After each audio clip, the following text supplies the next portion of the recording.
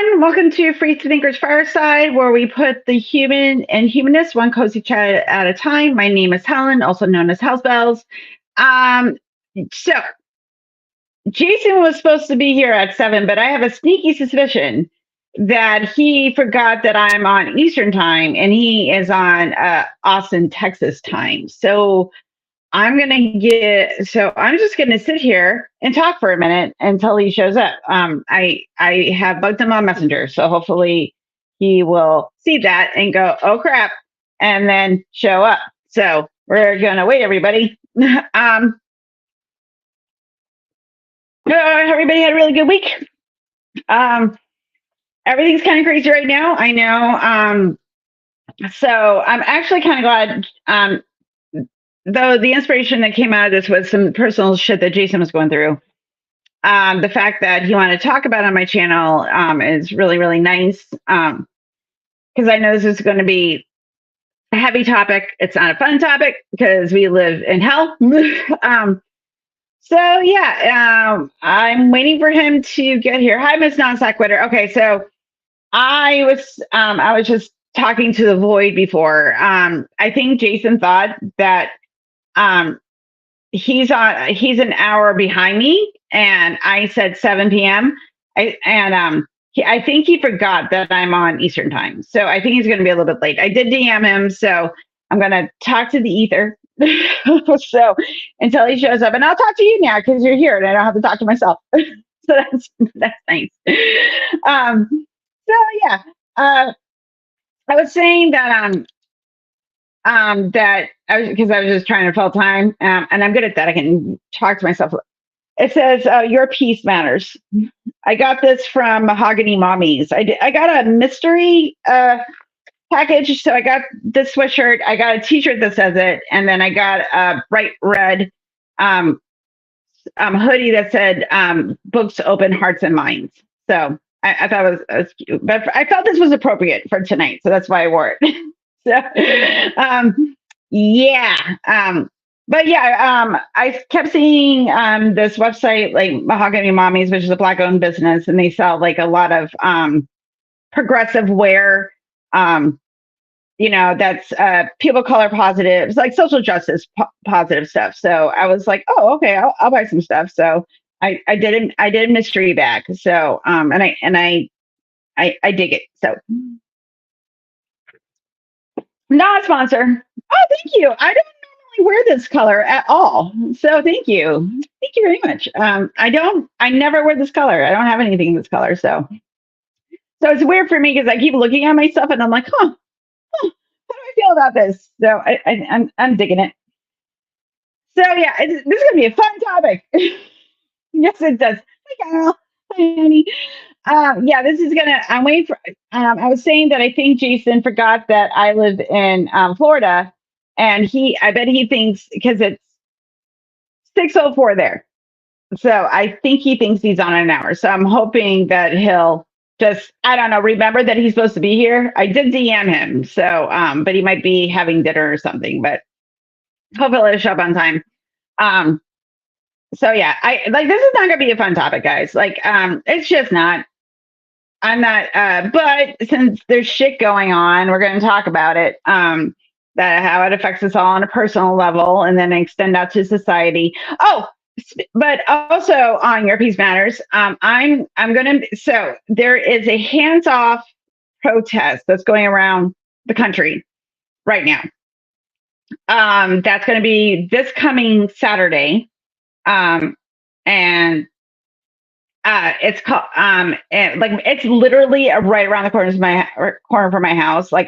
Where it's being held is the Starbucks I go to, like the street of the Starbucks I go to a couple times a week. So I'm pretty stoked. So it's very close, and it's nationwide. I think it's going from 9:30 to 11. So it's like an hour, or like it's only like an hour and a half protest. But we're going to buy we bought poster board, and we got markers, so we're going to make signs.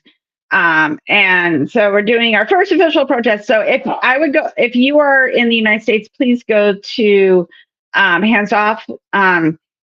Just put in hands off 2025 into your Google search, and the protest will come up because it is happening in so many cities. Like if it, like I can tell you how lazy I am, because if it was in Sarasota and I drive to Sarasota every day for work, I would not go, because I drive to Sarasota every day for work and it's 36 miles each way, and I was like, But the fact that it was right over down the road, I was like, I can do some activism. So I'm gonna make one that says hands off our bodies. So, and I'm gonna attempt to draw a uterus or something. Because I do have I didn't ask the government to fuck me tank top that I'm gonna wear, or I might wear my educated evil feminist sweatshirt. I haven't decided yet. I'll figure it out. I think I'll come up with something. Well, it's all depends on what my mood is that day. Jason, move your butt. Move your butt. So, how was everybody's week? Did everybody drink lots of water? You took care of yourself. Have you been sort of, doing okay with your existential crisis? I'm trying to do my best, y'all. Every day's a fresh hell. I don't like it very much. Like we did the nonprofits last night, and we did 3 stories that I was just yelling. I was just getting so angry. And so, yeah, consent is a beautiful thing. Yes.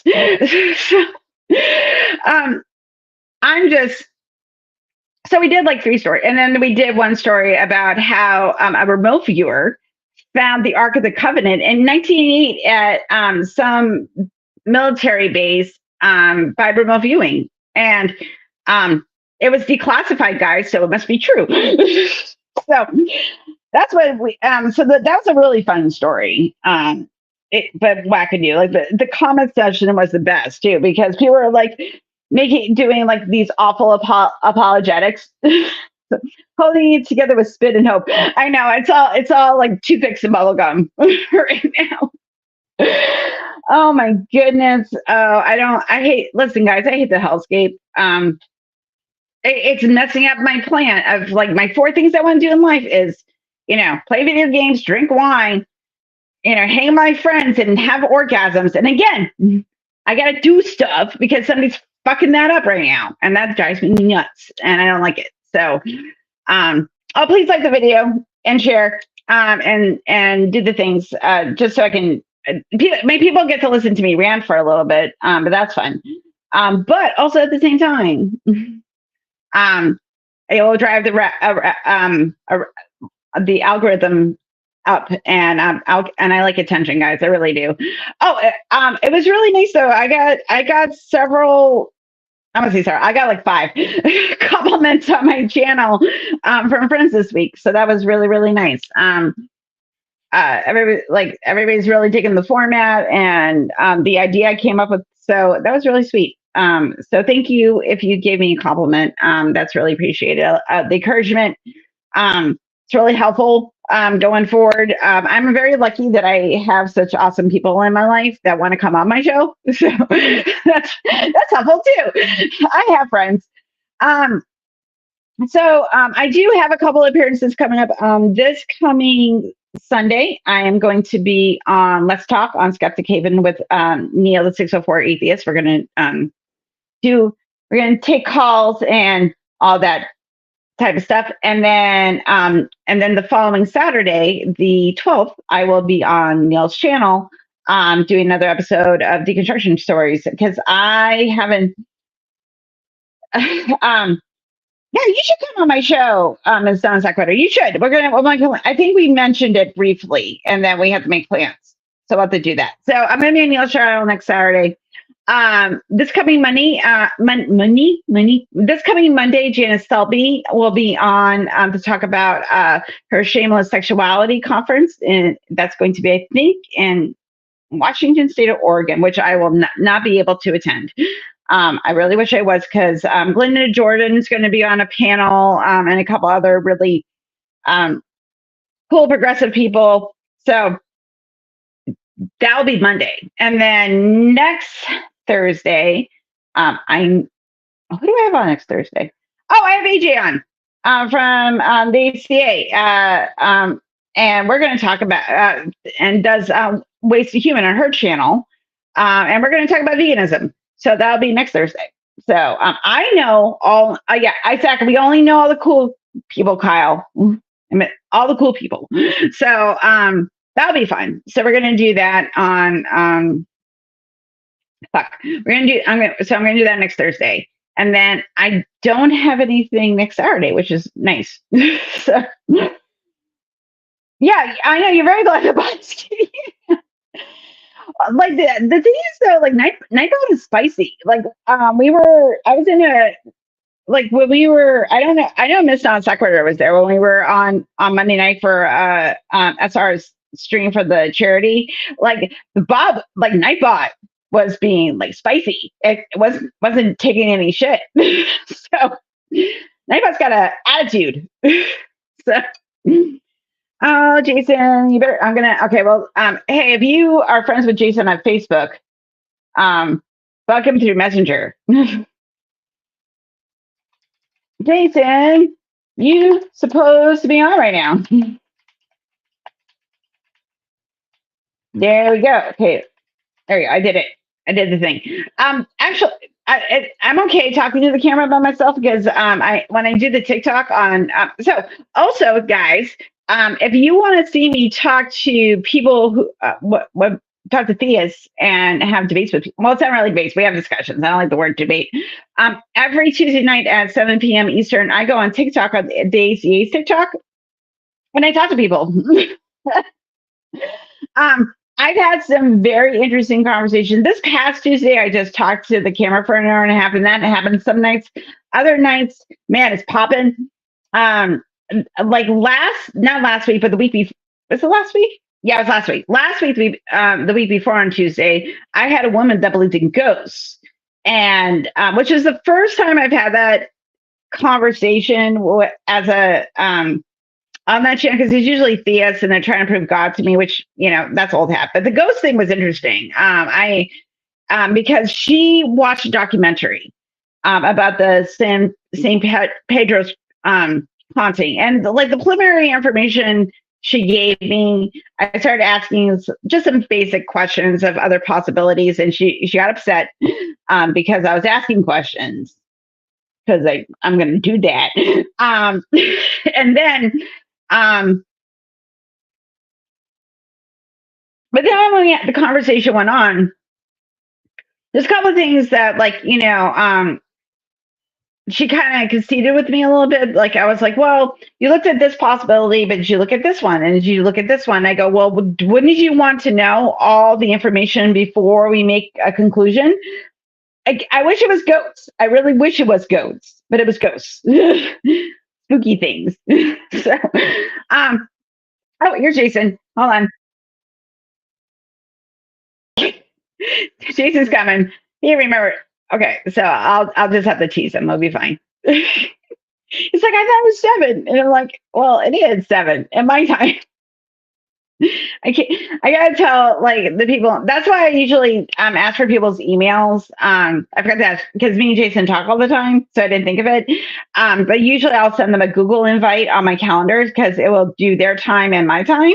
So that would be nice. So universal time is universal time. Like we should just do like, can we please get away with? Well, I understand time zones, so that I get. I just don't like daily savings time. It's a fucking stupid idea. We're not like, yeah, there's agriculture, but like we'll adjust.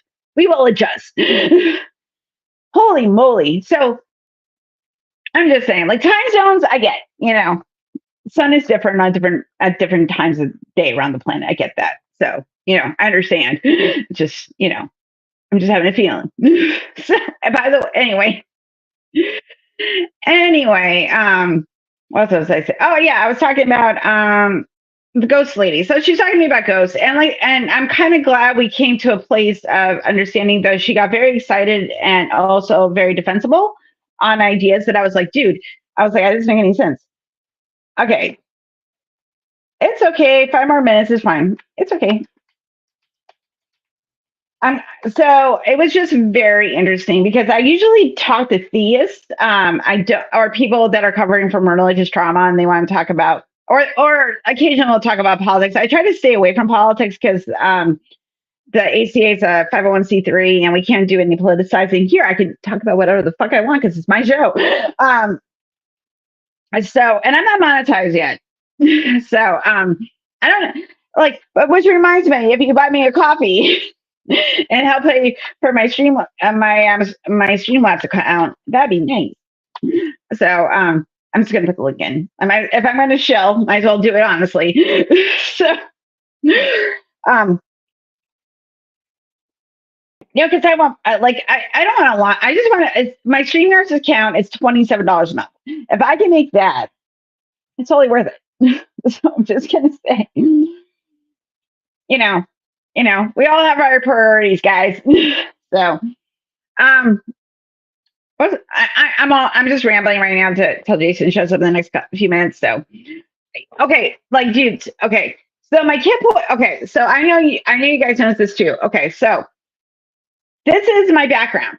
All right, now this is it without a green screen. Okay, but if I turn the green screen on, that's what happens. Because my green screen's over here on this side. So I don't know what to do because it's not like it can get kind of staticky around my head. Two truths and a lie.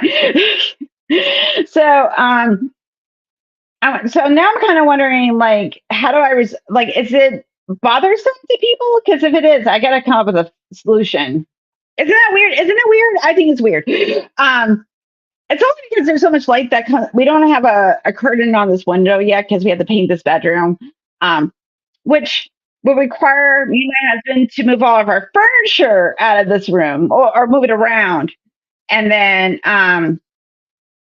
paint. So, well, no, it sounds like weird. You are weird, but you're in the right place. So, Oh, fine. Okay. Little sidebar because I just thought it was funny because we're talking about weird things, and I consider myself weird. My oldest just got diagnosed with ADHD today with the inattentive type, and I was like, and my son has it, and I was like, there you go. I'm like, my genetics have done its job. I passed on the ADHD. Brittany, I did it. So I did. I won genetics. I won neurodiversity. Everybody. So, and I have the same type. I have an antenna type N, but I also have the hyperactivity. In case you didn't tell, I did. I thought I might be on like the autism spectrum, but I did some testing, and I do not. I'm just weird. So oh, speaking of well, okay, like I'm talking about autism and neurodiversity, but if you want to hear a really good podcast, okay, I'm gonna be those of you that have been here before, listen to Behind the Bastards. I told you about the weird Zazarians cult. Neurospicy Unite, that's right. So or Neurosparkly because I'm a unicorn. So they're doing a deep dive on pseudoscience practices for kids that have like autism, but like ADHD kids got looped in there before like the 1980s. And well, there's still treatment going on now based on pseudoscience for people that are neurodivergent because it's seen like something that can be cured when you just have a different brain. So it totally masks. No, oh yeah, I'm totally masking all the time right now. This is like that's the one thing. Like I was on the Apostate Sisters. My episode's up by the way. If you have not watched it, if you go to the Apostate Sisters, Nancy and Patty are like new best friends. I love them. They're so funny and they tell. And I'm really they're just great people. So you should go watch just subscribe and like to their channel. But they edited my video and it came out yesterday, and we were talking about like neurodiversity, and we're talking about like those of us that have ADHD tend to have, YouTube channels. Jason is here. So Jason is here. Yay! We start the show. Oh my God! I'm so sorry. No, what happened is that you thought 7 your time. Yes, that's what I did. I'm an hour. Yeah, I knew exactly what happened. So I was like, he thinks it's an hour. He thinks it's an hour later, which is fine. That I'm the most important person in the world. Of course, everything's supposed to. You are. Well, no, because that's Elon. So you're not at Elon status yet. I'm sorry, Jason. No. Nobody wants to be at Elon status. Well, I mean, I'm all right.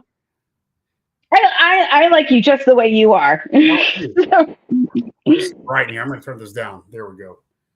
Hold on. Whoa, that's kind of bright. I'm going to fix this real quick. Okay. There you go. That might be a little better right there. That was good. Yeah, that was good. It's balanced. Yeah, it's balanced now.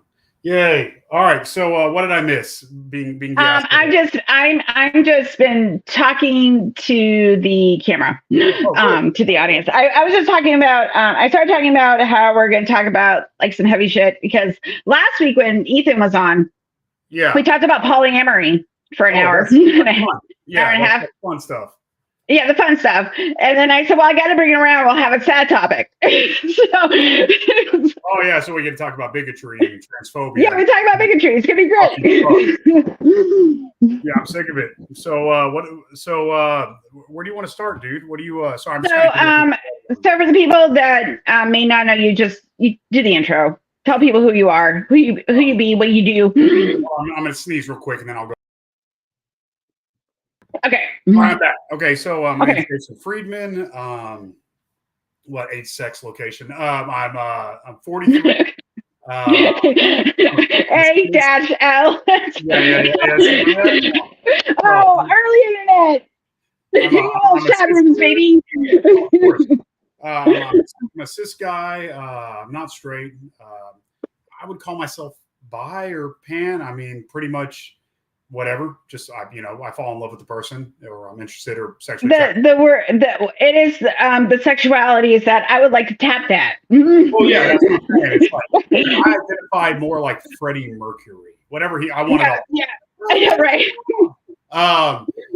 And then let me see. The way I know Helen is we work together with the ACA. I've hosted every show so far except for AXP.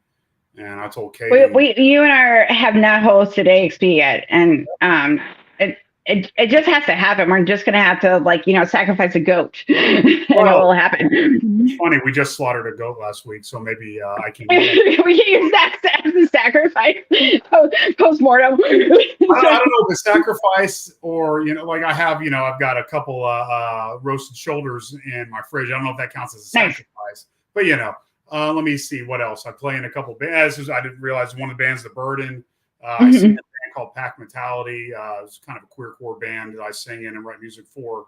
I play guitar and write music in these guys. Playing a couple other bands. Everyone in the band, everything that we do is very leftist, very in people's faces. One of the singer of The Burden, he has a group of people that he organizes that's like social activism, a bunch of like sharps and trads. The term for non-racist skinheads, sharps is skinheads against racial prejudice, traditional skins, and they go to different rallies Trump rallies. Whenever I have to describe Todd, I have to say like a non-racist skinhead when he was when it was the punk scene in the 80s, So Well, same way. I mean, that's how I grew up. It's like I identify with the skinhead scene. Yeah. But, people from movies and shit think that skinheads are Nazis when really Nazis are Nazis and boneheads are boneheads. Skinheads are working class punk rockers who have to go, who can't have cool hair and have to go to boring jobs every day. I know. Well, but the thing is, if you lose your hair, then that's your step into hatred. Apparently, of course. Apparently, when your hair falls out, that's when the hate falls in. I guess that's it because you don't have the block anymore. It goes right in there. You got the tattoo, so well, no, that helps to protect me. But okay, there you go. What else? I'm a father. I've got I've got my partner is really cool. Start with that. She is a licensed mental health professional who has a private practice here in Houston. Works with homicidal, suicidal populations only. Does RO-DBT, which is radically open DBT. I also have a degree in psychology. Will be seeking my graduate degree, I think, hopefully next year. They invited me. They want me to join. I'm just waiting, until life is right. I'm in school. Kind of what spurred this conversation, and I have to be very picky with what I talk about tonight, is the father of a pretty fucking awesome trans kid, and his name's Eli. Really cool. He is the shit. He is the shit. Helen knows him. He is the shit. He is the shit. Folks know him personally. He was on Brain Matters every once in a while. That's our old support group we used to run over on the ACD for a while before I had to just life, it's how things go. And yeah, so Helen reached out to me about today, and I was like, what do you want to talk about? I'm like, I want to fucking talk about bigotry, because that's been kind of at the forefront of my life right now. What can I talk about? How can I address this subject? How it relates? Okay, so Helen asked me, Helen and Kelly and a couple other folks who aren't with the ACA and folks who are still with the ACA years ago were like, hey, we have this cool thing called secular sexuality, and I'm we're all buddies, and I think you should get on there and maybe share your story, maybe come out, maybe it might be the best thing for you. And I said, all right, guys. So, I went on second. I was gently nudging, just gently. Where I was just like, you just get out, you cannot to me, just come on the internet. Just tell everybody the whole world. It's just the internet. Well, what I thought. Well, so what spurned it, and it's okay, I talked to the kiddo about it. The kiddo had just come out to his whole friend group as an atheist. Sorry, I'm choking on spit. Hold on one second. That's hot. Great. And this was 5th grade for the kid. The kid had just come out to their whole friend group at school as an atheist, and at that time, prior to transitioning, or prior to their understanding of themselves, a quote, lesbian, so queer. So came out as an atheist and queer. That's probably the best way about it. We're all a little gay, right? So the kiddo's whole friend fucking started physically threatening them. We had a lot of issues. The whole thing was just terrible. And for me, it made me feel embarrassed, because this kid this kid's fucking 11 years old, in the middle, and it's in 5th grade. And this kid, it has the balls to come out in front of everybody, and I'm still hiding, it's like, no, fuck that. So my kid inspired me. Helen pushed me, Kelly pushed me, everybody pushed me, and I did it, and it was good, best thing I did. And for the past couple of years, I've just like, whoa, this is smooth sailing. Like, I didn't think anybody was giving me any shit. I just blamed it on my 6 foot, 200 pound, white, cis male, pro cage fighter privilege, which I'm sure it has been. That's probably played a lot to what I'm about to get into. So nobody said anything to my face. And they still haven't. But how do I talk about this? If they do, I got pissed. Can I use them? No, but I got them. I'm not a cage fighter. I haven't been in fights since 8th grade. So recently, I had to do, how do I talk about this without, I'm currently in a legal thing. So you have to be real ginger talking about this stuff. I don't want to expose any information. It, of course, involves the kid, and it's a civil matter. And I was, trying to rework, modify some things, blah, blah, blah, blah, blah. All has to do with money, time, locations, nothing. I've been on this road. I know. I've been through divorce and bullshit with my ex-husband. I know. Yeah, so you can be the one who says it. So because of that, in situations like that, you submit things like receipts. You submit things like, hey, I feel like I'm the one who does this. I might need compensation. Really boring, mundane things that have nothing to do with that parent's a piece of shit.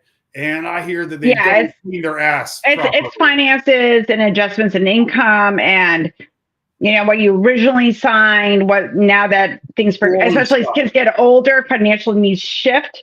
And so your emotional needs. Yeah, it's a mundane bullshit that you're just like, hey, I need an adjustment in this. So, and we have to do receipts and do the back and forth. And then for the Department of, the Treasury Department go, well, okay, well, the Department of Revenue to decide if this is, and then escalate it to like a family court. Yeah, boring shit like that. So really boring. Yeah, boring shit. There was nothing like this person is like, there was no like, okay.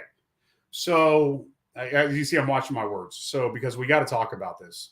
So through this whole process, I'm not going to say how, I'm not going to say why, or whatever, or not why, but I'm not going to say how or whatever. But I came to find out through 100% empirical verification, right? For a fact that people that I thought I loved me, that maybe possibly, made me, maybe hypothetically, potentially made me, were actually raging homophobic, transphobic, fucking bigots. People who like to fucking say, I voted for Kamala and I'm pro social justice and I'm they did the Get Out thing.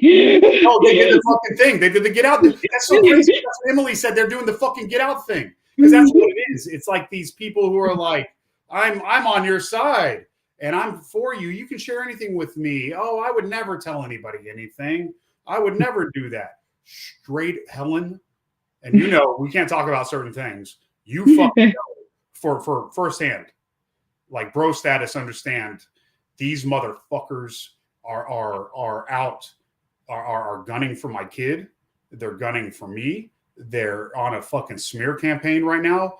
It's more, it's what you're hearing. The whole fucking rhetoric. They're PB. Groomer, and you're they're PB. They're performatively progressive. It's disgusting. It's the most virtuous. Yeah, it's disgusting because it's that like I don't see color kind of thing. Oh. Like it's the same sort of rhetoric. Like I totally like I voted for the person that you really want that like it has progressive values, but then like behind closed doors they're using slurs and and we'll talk shit about you because they're like like I obviously like don't want like terrible things to happen to these people, but I still think I'm better than them. No, you are beyond better. My kid's better. We're all better than them. My fucking lizard behind me and that is better than them. That snake. Right, I know. I'm the worst snake in the world. My snake sucks. It's still better than them. The shit I took this morning is better than it's solid and dependable, and you can actually count on it. Right. You can look in there and be like, that's shit. And that's the problem is these fucking hypocrites. So it's crazy because what you said, I voted for this. One of the people I'm thinking of who may or may not be a family member, love to brag about how everybody in their fucking neighborhood is like, they saw Kamala signs. And they're like, oh my God, what are you doing voting for Kamala? They said some of the most transphobic, I guess homophobic is probably a good umbrella term for queer. I would say queerphobic. I say queerphobic because it kind of encompasses gender and sexuality all around. Most disgusting, classist, and then there's of course lies, just lies. And these are people that I went to in confidentiality. But what they're saying, and literally, so you've got people who don't even know me, who I haven't even seen in 10 to probably close to fucking 15 years. I'm not even joking, Helen, who like my kid, if they saw them in the same room, wouldn't even recognize them, making bald ass statements and lies about my queerness. You know what they're using? They're using me coming out, me talking on Truth Wanted. God damn you. Our 501, our fucking nonprofit that we use to fucking smear me and say that because I'm a queer man, because I'm an atheist and a devil worshiper Satanist, because I'm a member of the TST who's pulling through this right now, who also is helping out. So fuck yeah, TST. I know there's some issues, but they're fucking pulling through. Well, that's just people with it's just people in politics. Like Like there hasn't been politics in the ACA. There hasn't been politics in Recovery for Religion. Like it happens everywhere. So, but if there's you can't avoid it because people be people. Yeah, people be being people. Look, I was at Dan's wedding the other week and talking about ACA politics. There was, it was interesting to see people who obviously don't get along sitting in the same room. I get along with all of them. I got nothing in it. Thankfully, I'm glad. Like somebody will say to me, like, "Hey, how do you like?" They'll talk about like behind. I'm like, listen, I deal with production staff, and all the hosts. I go and I show up and we have a group chats and we talk about shit and then I move on with my life because I am zero drama. Oh, yeah. I go if I hear about some like abusive shit that goes on or manipulation, then I'm out. But that hasn't happened. So I'm fine. All right, fucking done. Look, I'm here to kick ass and chew bubble gum. I mean, anything. That's right, exactly. Fucking extra. So, it's crazy. It's Helen, and I'm sure you can attest to this, especially as you were deconverting and coming out and doing all these things and explaining your queerness to people. It's people start acting some kind of way. I see John there. People start acting some kind of way, and you're like, man. I smell smoke, but I don't know if it's coming off of them. But I smell smoke, so I'm going to be careful. We now have a rule in our household between me and Em and the kiddo. If your fucking spidey sense is the least bit tingling right now in life, you fucking listen to it and you fucking pay attention because what's happening is like little prophecies that Em came up to me. Sorry, I'm so fucking autistic. It's okay. Em came up to me. Jason, want to hear something funny just so you feel better? My kid got diagnosed with Kai got diagnosed with ADHD and attentive type, and I said, "Great, my genetics have conquered." Passed on. So I'm like, both my kids have ADHD, and I said I have the same exact ADHD. I have an attentive type, but they also have the hyperactivity, but not as they do more like fidgeting. Me, I'm like I have. You do like bouncer legs, and I'm more of a tactile person. But I was just laughing because I was like, I succeeded. Like I passed out my genetics. Look, you got a big mountain of them in here, and over there, about 2 rooms over, there's somebody that motherfucker doing homework right now. Same. It's the most ridiculous. And then Emily is what's that term? The ADHD, the autism ADHD, because the blend. So it's so you have 3 autistic fucking people in the household with one person who has the ADHD, the kind of locked one like you, where it's like I'm staring at the distance. It looks like I'm doing nothing. I'm a fidgeter. I used to rock a lot. I do a lot of finger stuff and hair. Like it's very much about like textile. Like I have to be touching stuff. My son had sensory integration dysfunction. And he's so weird about stuff. And we think we're pretty sure he's an ADHD. Because we're like I'm like I think you have the tism. It's like this. That's Emily for you. They're they're very ADHD. But me and the kid, like you can tell. Anyway, so I just wanted you to feel better because, like the neural sparkly unicorns unite. So the more I learn about that, I know it's kind of a side, but the more I learn about that, the more I learn about myself. I wouldn't fucking be any other way. I'm not joking. I literally would not be any other way. And which is like I heard I've heard multiple like trans folks talk about this. Like they embrace it. I think it was Arden Hart on on Transatlantic. She was talking about it, and somebody was asking. I think maybe a super chat or whatever. I can't remember shit. Been hitting that too much. And she was like something like, "Do you wish you had been born like a cis chick?" And she's like, "Fuck no." She goes, I love being trans. I love being unique. I love being. I look too. My roommate is trans and Kai is trans, and like they're like, no, I don't want to be anything but myself, No. And like, and you don't grow as a person, like living what is that has to be wild, like living a cis life and then transitioning, and you get these 2 perspectives, and then you have like a broader understanding of things that cis people don't have. Because they're going to experience the world different. They're going to experience the world much differently. Well, think about this. Remember, there's kind of that trope in our kind of debate activism community about how atheists have to know fucking 10 times what a fucking theist knows in order to like. So that's the thing I've noticed about a lot of trans. Like one of my best friends, Natalie. She, former, Muay Thai training partner. She's Aunt Natalie to my kid. She's like a fucking mom to my kid. I love this person. You've talked about Natalie with me before. I love her. She's my fucking buddy. That's my dog. And I love her. So she and my kid are the people who inspired me, and more or less their lives, them living shamed me into coming out. So I have to bring both these kids up. And I say kids, because Natalie's just a little bit younger than me. But that said, I've talked with Natalie about it.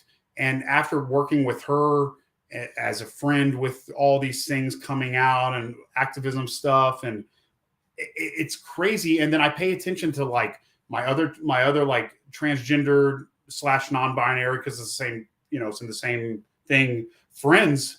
And I'm like, motherfucker, y'all are some educated mother. I listen to the shit my kid says at 13 years old. Yeah. What they recently said to a family member, the way they stood up to them, to a much older person, to what they've said, like, and because the kid has the type of autism that I have, they can literally repeat everything verbatim with the voice. Oh, I wish I had that. That's me. It's ridiculous. Nope. This kid and of course I know it's true because the kid has a scrupulosity thing just like I do, and it's got to be true. If it's not true, I hate myself. And, right. And it has to be accurate. I have to correct myself. But it's the kid told me what they said. I'm just like, and M was sitting there, and M is one of the smartest people. Come on, M. She's the smartest fucking. Yeah. Both of our minds were. And also, I miss her and love her. Oh, of course. But we're sitting here listening to this 13-year-old fucking dude sit here and just like, boom, like at 13, like with the same like intensity that I have, but I'm not a quick arguer. I just get pissed, but like M is super quick. So the kid has taken my intensity and like logic, like dirt, and then it's taking M's just quickness and sharpness and what the fuck? And I think it has, because you're constantly having to defend yourself. You're constantly having to learn about the world around you to be protected. And you're actually like investigating your own identity, who you are at the core. Kids their age are jerking off and playing on the internet. You know what I'm saying?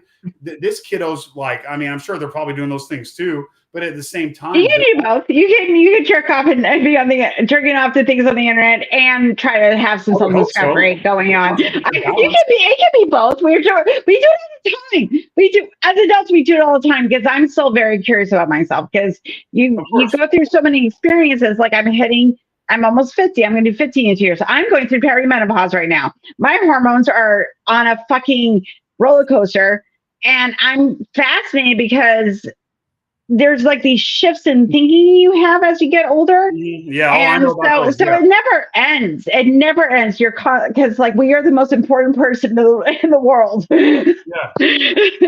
At all times.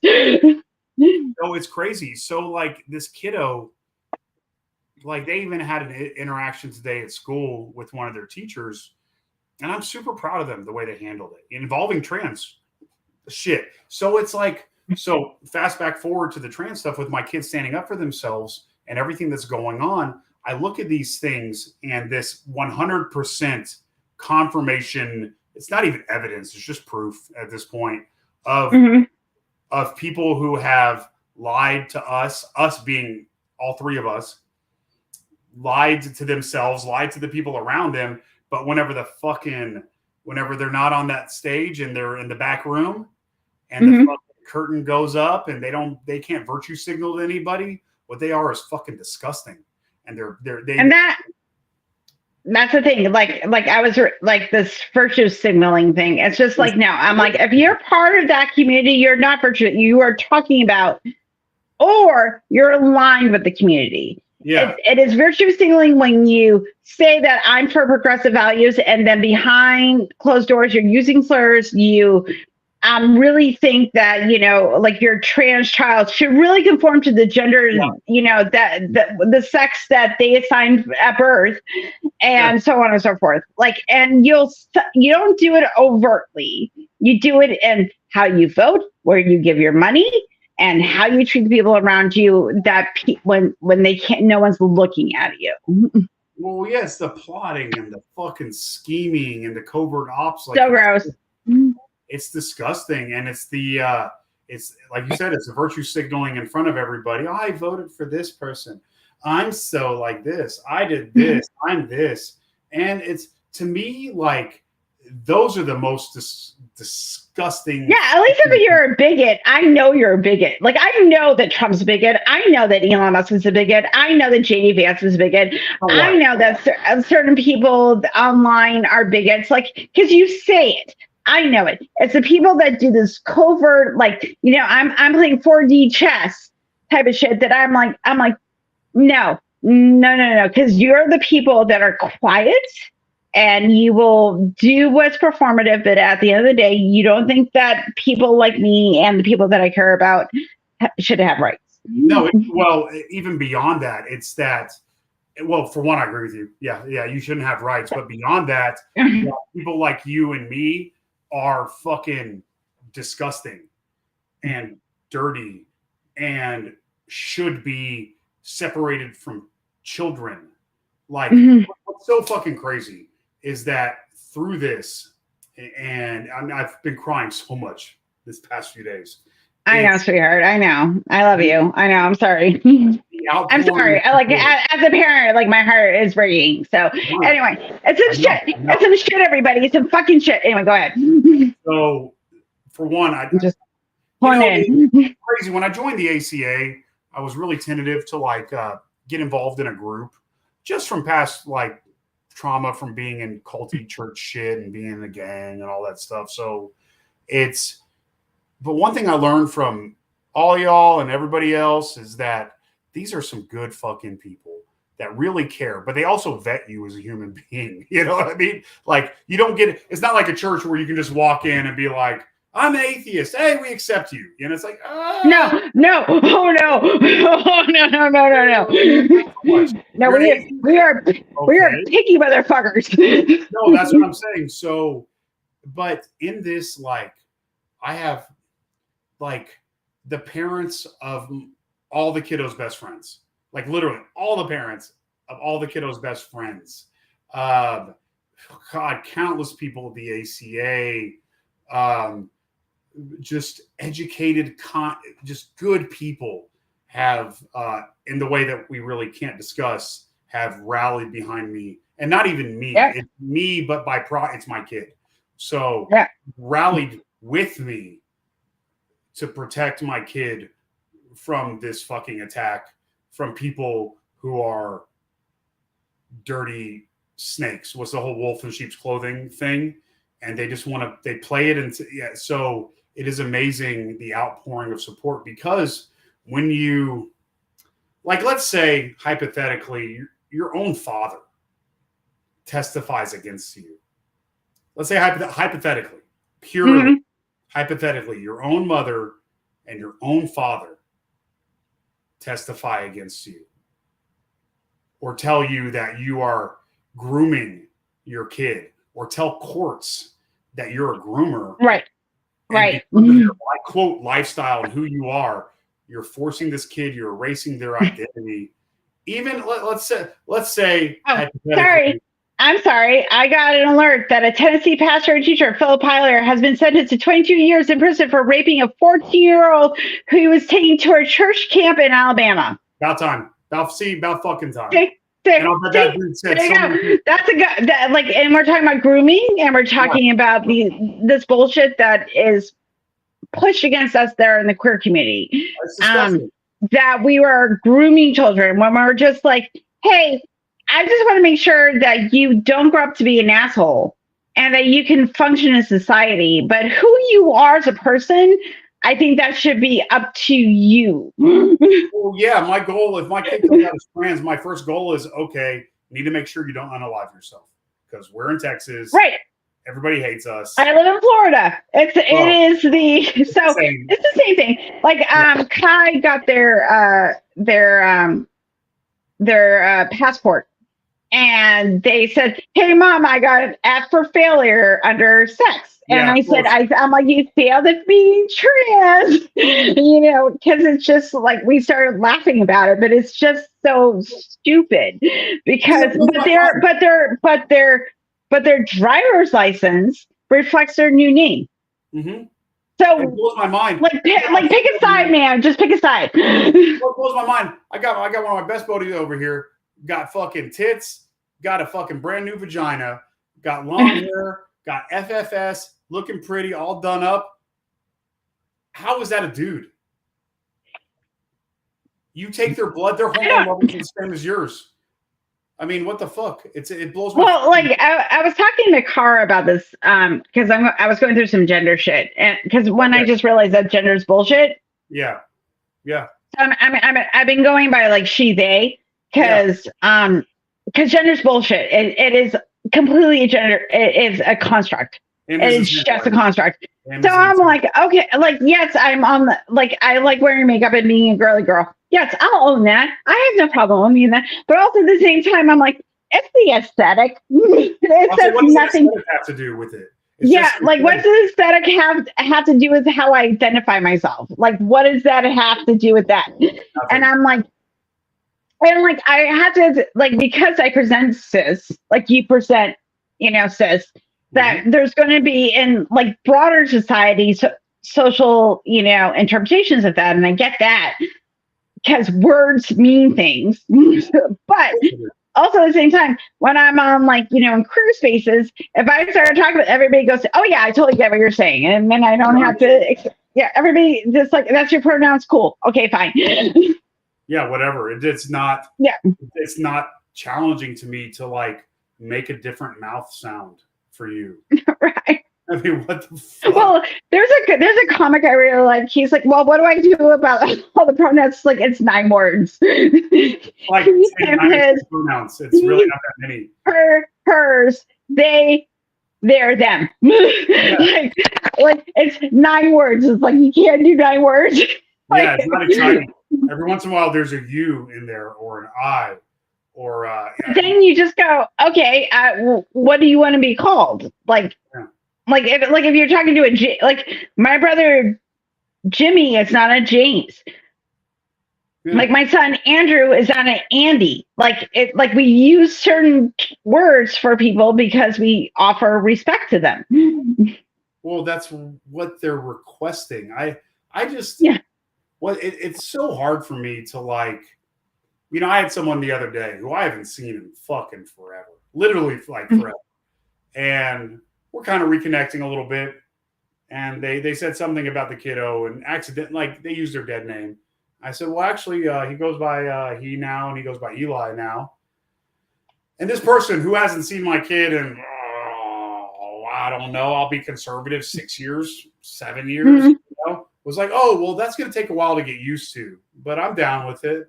And I think to myself, I'm like, well, I really appreciate you saying that. I do, and at least you're down with it. But it struck me as odd. Because why do we as humans, and I wasn't even thinking about them, I was just thinking like why would that take some getting used to?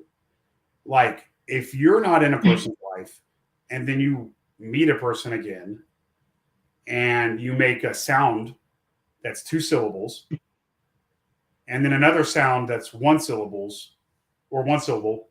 I don't understand the difficulty. It'd be like somebody coming up to me and being like, hey, my name's Bill. I'm like, oh, that's kind of hard for me because like names. Say William. Names are difficult. I don't know how well I'm going to do. What did you say your name was? Bill. Stan? Bill. Oh, it's so difficult for me. I don't know if I can do that. It's like, bro, I think the difficult, because I thought about it for a while because I was like, we were joking and we were laughing about it at home last night. But I think the difficulty that person brought up was just the inculcation, the indoctrination of like the thing. Like I've assumed this, I've been told this. this is how it is, but Yeah. it really isn't. Now, But it'd like, be hard to. Who got in because of marriage? No. Or you don't like. No. This would not be a problem. Like we've been inculcated into doing that, so it's a quote okay. Well, Right? like I was kind of joking around that like I took Todd's name when we got married, because the idea was like I'm his property, because that was the idea, like because a man does like if you take a woman's name, like because there are couples where the man will take the wife's name, Yeah. and or whatever gender you are, and then they get like, and there's people like you took your wife's name, and I'm like, okay, well, why does it matter? I don't understand. Because of misogyny. And that's the thing about like when we're talking about queer bigotry, all of it leads back to classism and misogyny. Because the worst thing you can be as a woman or anything that diverts from cisgender norms of roles. Well, and that's based on old bullshit. Thank you, religion. Thank you so fucking much. We'll also think about this. The third thing is a quote man who sacrifices his privilege. Like you have to understand, like being a Jewish dude with tattoos growing up. I keep forgetting you're Jewish. I'm sorry. You have a Jewish name, but I just don't. I just think because here's the thing. Like you wouldn't think of me as like French or or like German or anything like that. You just be like, this is just my friend. Like because I don't think about like nationality when I talk to people. Like I'm like. Some people do because it's all really dumb. Well, it's weird. I've never had like the white guy experience thing. Like it's such a weird thing that like I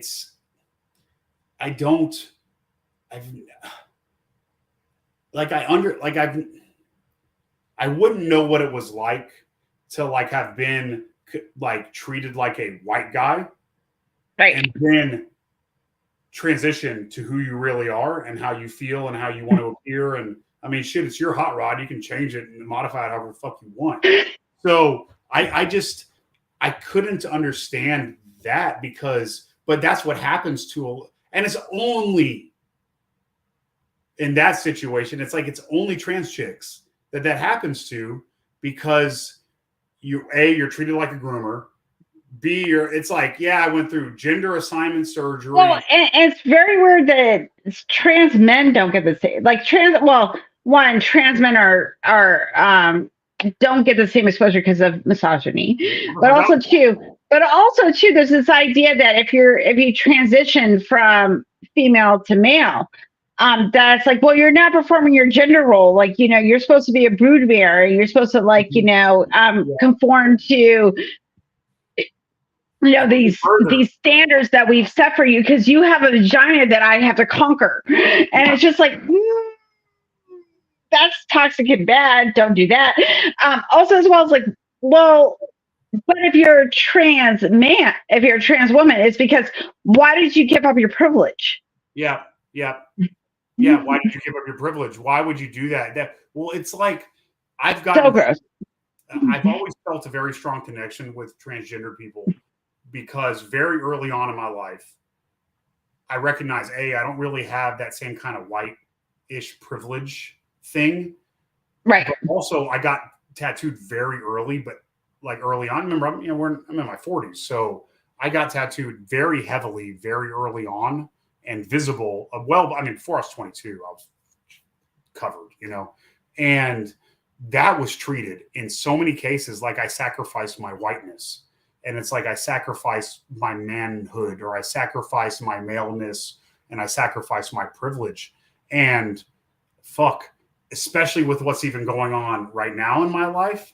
Well, I'm a dirty whore because I am a dirty whore, but I am viewed in the negative light because I have tattoos. Of course, you're damaged. I'm damned. Well, like I can't win either way. So what the fuck am I gonna do? Also, for my birthday, I'm getting a xenomorph tattoo, but I'm getting it in the polysexual. Like I asked a tattoo artist to do like the polysexual flag colors. That's cool. Um, so because I'm feeling a lot of like perfect organism feminist rage Yeah, going on right now. So I was like, that's what I'm doing for my birthday. I like the xenomorph. That's that. Those bitches are fucking brutal. Yeah, they're brutal. That's why I'm like, Dude, I love xenomorphs. They're so fucking cool. It's yeah. well, I think that's interesting. It's interesting the alien thing, and people feel like it's crazy. Like I remember even being as a kid. I'm like, I don't feel like I belong to this planet. Like I've always felt like I'm like been standing on a hill, watching other people battle on this other hill. Right. Yeah. What are y'all doing? Like you're just like what? You know? Like and like I didn't like I think also too as someone that's neurodivergent like and also queer is that your experience of the world is very and like obviously I don't know someone's inner life Of course. and but I was always like I don't feel like I fit in. Like I don't like there's this role, there was a recipe that was given to me and I'm like, well, I don't want to use that spice. I want to use a different spice. I want to like I want to do something different. And and then once you grow up and you have chosen family and people around you that love you and accept you for who you are, you're just like, well, what the fuck was I holding on to? Yeah, no, You know, 100%. yeah, and like everything is arbitrary at the end of the day, and all that matters is like again, the four things I want to do in life is play video games, drink wine, hang out with my friends, and have orgasms. Those are the four things I want. That's all I want out of my life, and I'm like. Also, at the same time, I'm like, so don't screw that up because I feel like everybody deserves that, however it looks like. Dude, You know, whatever brings you joy should be the thing that you should be allowed to do. And if anyone's telling you, no, that joy can't be yours, no. you must conform. It's just well, then like you don't want people because like Will Ferrell said this like about trans people. He was like, I don't understand what the argument is. Like, why don't you want people to be happy? Yeah, it doesn't make any sense to me. Right. Well, the norms. You made me think of a couple of things that we've been talking about a lot lately in our household, and the being beholden to norms to the point of sacrificing family is so.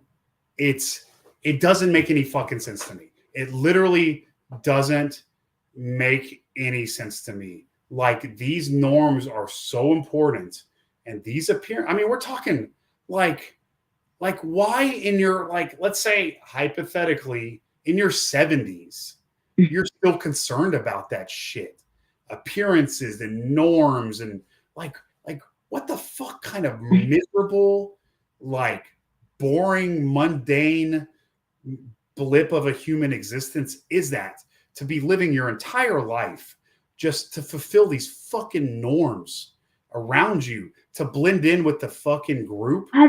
God damn. It's too exhausting. It makes me like retch in my own mouth. And it's not because I want to be rebellious. It's like, no, I mean, I want to be rebellious because I see shit worth rebelling against. I see. Right. That's why we're activists. We're not activists because it's easy. We're activists because I know this is hard and I don't want the future generations that are coming up to have it as hard as we do. That's why. Or even the current generation, we're just like let me help, man. Let me help because I have a little bit of privilege. Let me help you. Here's the problem I have is like, look, I got these people literally like smearing me for being a queer dude. Like, but okay, think about men. God damn you, Jason, for to just experience things as a person. Like, God damn it. Think about this. I mean, when it comes to men, you've got like a smidge of decent men out there. All right, a smidge. Who would fucking choose to be into dudes? Like, really? Come on. Like, who would choose? Girls are awesome. chicks are the Oh, coolest.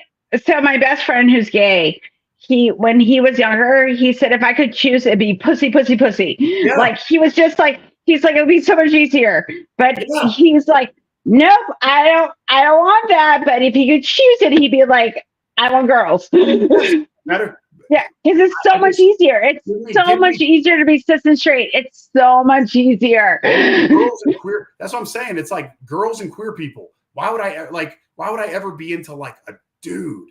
But I am. I can't help it. What the fuck? Sorry, I'm into dudes. Like, I'm sorry. As someone has slept with a lot of dudes, like, I'm also objectively like, Eh.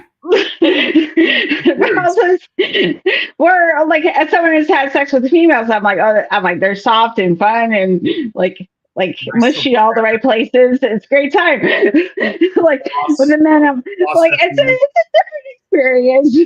Yeah, dudes are gross. You take a shower, motherfucker. Also, too, there's no refractory period with women. I'm just saying. No, that's what I'm saying. There's no refractory period. Guys, you gotta wait for somebody to get that. That's what I'm saying. And it's just like dudes are gross and like I don't know, but that's what you're into. So it's so weird to me that somebody would have like a hang up with that. Or like So I have a question for you. Do you think it's envy?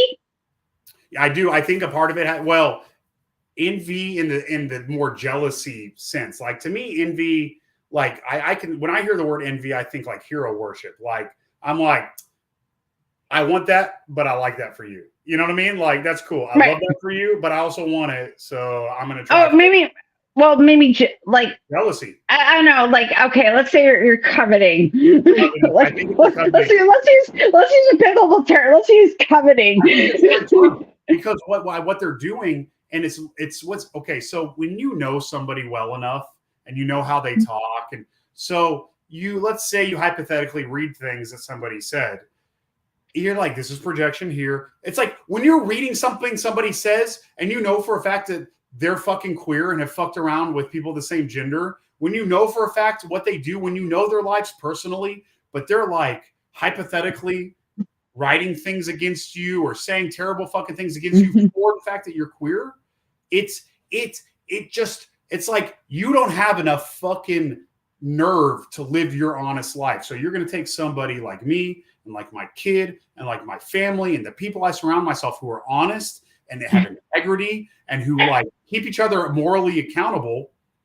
You're going to start trying to demonize us because you can't look at yourself in the fucking mirror because you're a fucking coward piece of shit human being. It sounds like what I'm drinking. My Kai was a very good child and made me a margarita. So that's so sweet.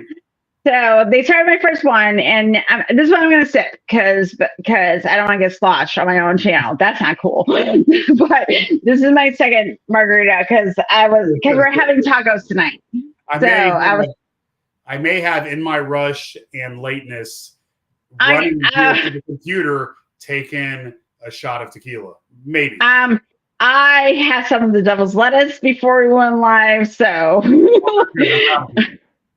So I'm proud of myself too.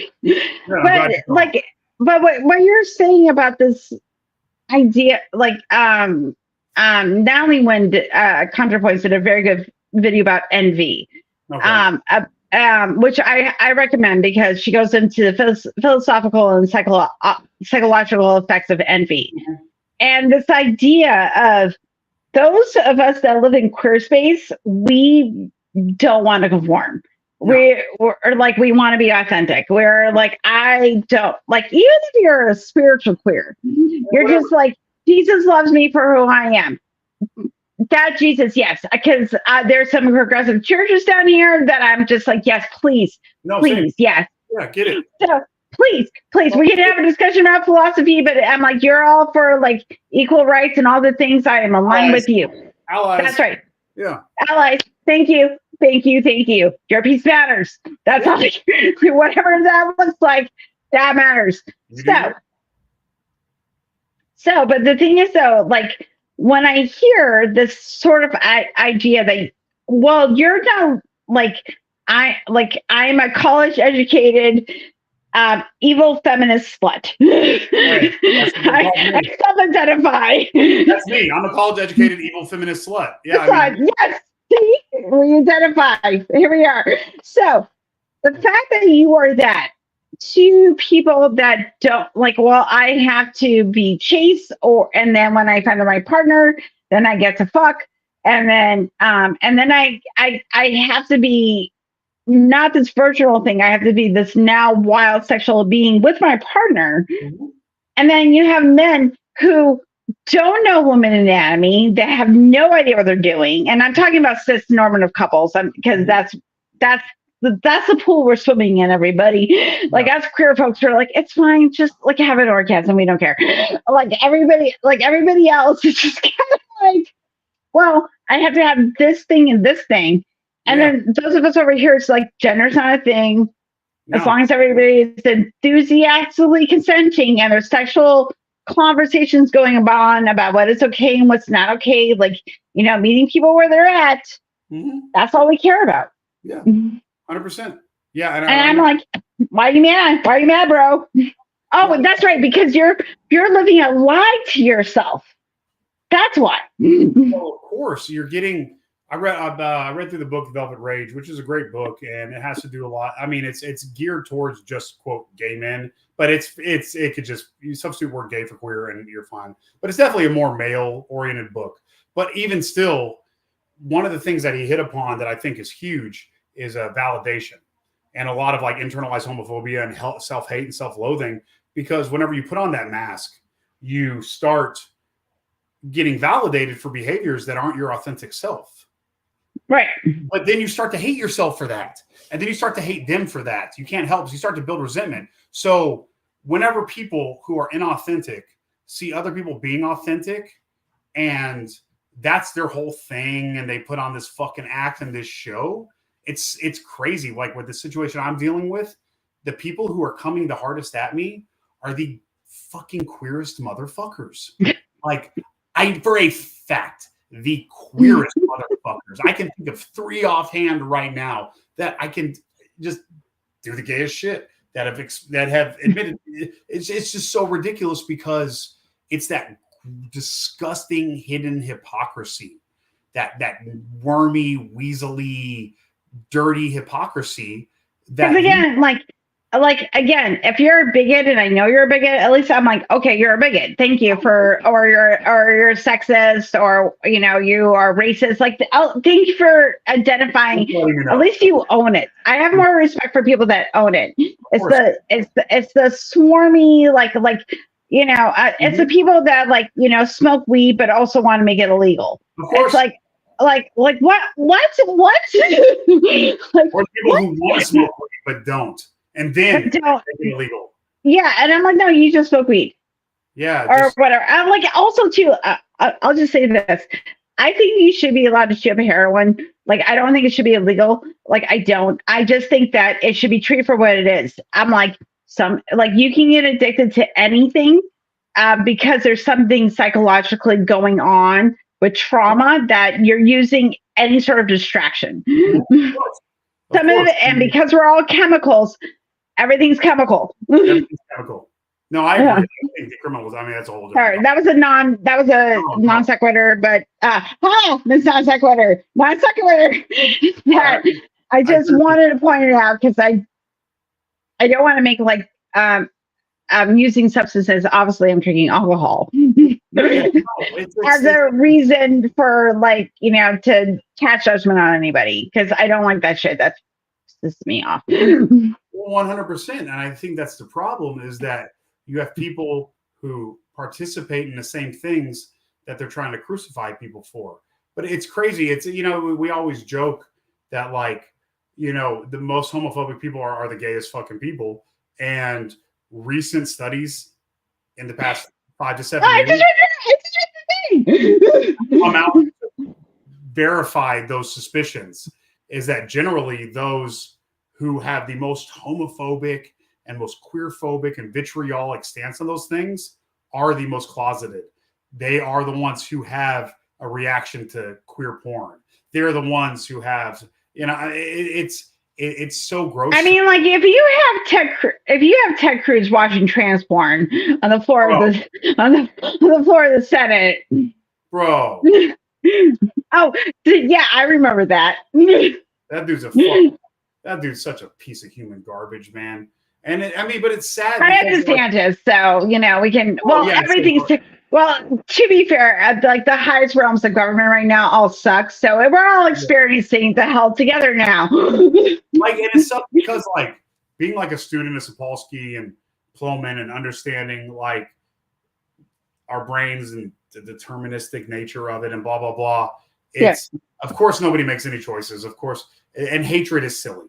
But I can't help but have a natural vitriolic. You're my enemy. You're unsafe, and I'm going to eat you. Listen, I can have compassion for you, and I want you to be a better person. But like I do, I have genuine compassion for everybody, regardless if I hate you or not, because I want you to be a better person. Of course. But that does not mean I have respect for you, and that does not mean that I will stand against you. Dude, I think I like that. I like that version of compassion that you brought up because it's the willingness to allow somebody to change. Now, there's certain people that I think have like, and I don't know how I feel about this, and I might confront this later on, but I think certain people have sacrificed not their ability to change, but your like social acceptance for change. There's like, let's say somebody who like, CSA. In my mind, I don't care if you change or not. I'm not going to punish you or beat you to death or whatever. I mean, if I catch you, I might, but I'm not going to legislate against you to be tortured in a corner, but right. At the same time, we need a quarantine for people who are going to behave like that. Right. Well, so, we're at the point right now where like people are getting, arrested and, sent to other countries when they're legalized citizens. We're not at the point right now where I can offer a certain, the normal compassion that I usually offer people. No. I can't offer that when you're violating human rights. Well, no, you're going against court orders where they're like, no, you cannot do this, and you do it anyway. Okay, this is fascism now. I like my compassion that ends because again, you're affecting other human beings, that you're disobeying the law. And like, yes, there are plenty of laws that I find unjust. Yes, obviously. But when someone's given like sovereign, like protective status within the United States, and then you export that person to an El Salvadorian prison, which is one of the worst in South America. I am so sorry. In the Americas, I am sorry. In the Americas, I'm going to not going to stand by and let that happen. No, I agree 100%. It's man, I was a victim of something not like that, but to where the government and certain people involved didn't read certain legal documents and come after me. And then finally, 6 months later of legal battles, I had somebody finally sit down and read my legal documents. And they're like, oh, this is fraud. I go, yes, what these people are doing is fraud. But because they're incentivized, like the attorney general here in Texas is incentivized to take money from parents. It was because of dads. And I think at this point now it's they get from the Fed every dollar that they collect from so they're incentivized. Texas acts like, oh, we're big bad Texas. Oh no, I live in Florida, so we're Texas's like younger brother, so it's fine. So fake. So I got caught up in a situation to where being a dad, blah blah blah. And it took me 6 months to finally find somebody to like read and be like, hey, what this person doing is fraudulent and illegal. And I don't owe anybody the amount of money they tried to get me to owe. And they read it and spent 10 minutes reading my legal documentation and said, "Oh yeah, you're right. Let's fix this." But weird. so crazy. But my professional licenses were getting revoked. I couldn't register my vehicle. I could. It was my credit took 140 point tank. What the fuck, man? This is what the fuck? This is tied into kind of what's going on in my life right now. Is when you have somebody who targets people and tries to extort them, and then uses a flawed system or attempts to use a flawed system to extort people. Fuck me. And I mean, and that's what people are trying to do right now. They're trying to use the current political climate to pull the same shit, and it's disgusting. I'm so sick. And if it weren't, I don't think that if it weren't for the current political climate, that the people behaving the way they're behaving would do these things. Well, and that's the thing, because like Florida, Texas is going through this whole if you're a person of color or you're queer, you are a second-class citizen. You are jerk. You are, you're not among us cis, straight, white, good people.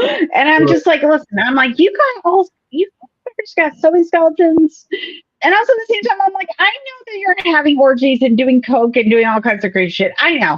Don't sit there and try to pretend that you're not doing that stuff. But because again, this is what happens under fascism. It always happens. If you're in a marginalized group, punch down, because against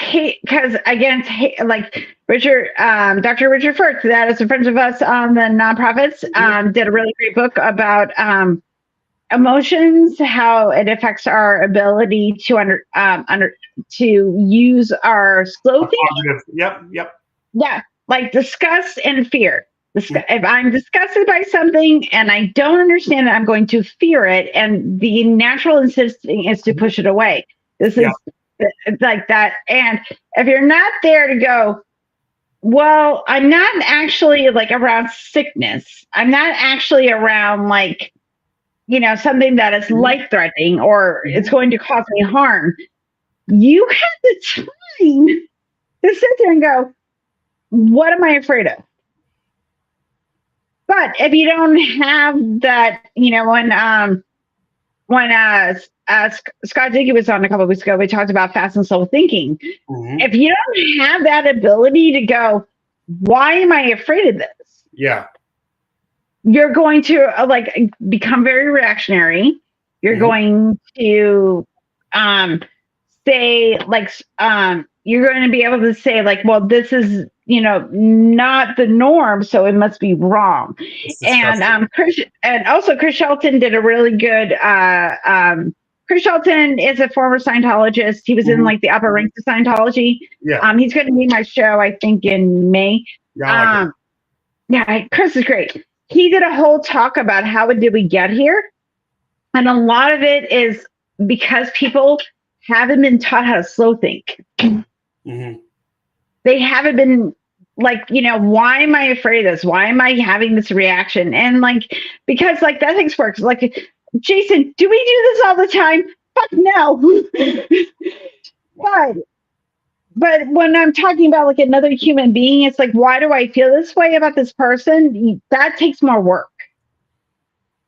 You've got my mind going, because these are the things I talk about. For one, disgust. I did a deep dive studying disgust. Disgust. It's one of the most interesting things to me, and you see a much higher disgust response around people, or you have a lower threshold for disgust, which means something that stinks, it'll be stinky to you quicker than it is to somebody else. Slow think, Miss On Sequitur, I'll bring it up here in a second. Kind of in reference to what Helen was saying. So there's studies of implicit bigotries, racism, and stuff like that. So what they'll do, they'll bring people into a room and they'll fill out a questionnaire, and then they'll go to lunch or whatever. They'll do a thing let's say they go to lunch, have some food, take a break, and they know that afterwards they've got to come back and do one more questionnaire. It's not a surprise. It's already there. So then they go back, and it turns out they fill out the exact same questionnaire, but they give it enough time, and it's not the exact same, but it's like pretty much the exact same questions. They're just phrased different enough to but it still elicits the same response. But what they'll do is they'll put they'll pump a dirty smell in the vent to where it smells like there's something dirty in the trash can or something like that. And what'll happen is that if somebody was already racist or bigoted, their bigotry levels, let's say, 1 to 10, 1 being nothing and 10 being shitty, will go from a 6 to a 9, every time. But the thing is, people who didn't already score high in it, a lot of times won't go. I mean, you'll have an increase in a way, but they won't go into the levels of bigotry and blah, blah, blah. So what they've learned, and actually Robert Sapolsky talks about this, I mentioned him earlier, is that your olfactory, your everything, your smell, your taste, the disgust thing, and the disgust you feel. Did you hear my cat? No. And the disgust you feel when you hear about somebody who assaulted a child are all the same responses in your brain. Yep. So your stinky smell and me being disgusted with somebody's actions are the same thing. In a lot of cases, you're trained you have natural disgust responses, but in a lot of cases, your identity is foreclosed, like what you were talking about, to where you respond in a way that you've never even critically analyzed. So when we go to slow think, what they're talking about is post-formal thinking. So you have concrete operations, which is black and white thinking. It's very concrete. This is good. This is bad. Post-formal thinking is not a natural biological progression. You actually, because when you start to have the ability to start developing post-formal thinking, it correlates with the same time that your prefrontal cortex starts doing synaptic pruning, and you start developing your own identity. It's like your second brain development stage. You have your developmental stage that's purely genetic and epigenetic, and then you have another one that is now environmentally based, in a sense. It's less genetic and more environmental. It's a dumb way for me to say it, but I'm doing my best. Well, what's just really interesting, because I'm remembering this back to the autism, is that autism is also correlated to not only genetic, but environment. There's something in the environment that affects. So same with ADHD people. This is why the nature versus nurture debate gets sticky, because you may have genetically a predisposition, but certain factors in your life might affect how that manifests. Yeah, that's what Robert Plomin talks about. Yeah. But what's really interesting is that to be able to do post-formal thinking, which is dialectics, gray areas, being able to see more than two sides of a story, right? Things like that, you literally have to observe it in your society, in your community, things like that. Generally, it's not so much in your home, it's more in your society and your community as a whole. So because our American society doesn't promote critical reasoning and thinking, and we have people who they're evil and they're good rising to power, and people model it, social psychologists are now noticing a drastic downward plummet in critical thinking and slow thinking versus fast. Well, that's my thing about the internet. I keep saying that it's a double-edged sword. You have access to all the information, but you also have access to all the information which is bad. Bullshit. Yeah. You can the algorithm has learned, I'm going to use myself as an example, that when I type into something to Google, the algorithm will automatically put scientific research first. Yep. Because that's what I'll look for. If you have someone that puts in let's say aliens, okay, or look at we want to know about aliens, and it says hey, there's a we're talking about the recent drones in New Jersey. Okay, yeah. If I put that into the Google search, it's going to have some scientific articles at the top, because the algorithm has learned that this is the things that Helen's look for, because this is stuff that she constantly clicks on. Mm-hmm. If you have a person that puts in New Jersey, drones, alien, it's going to go into weird conspiracy sites where it talks about, certain things about like aliens. So like if we're talking about like you and I who are queer, it's like, queer is a mental illness, trans is mental illness and then they'll ignore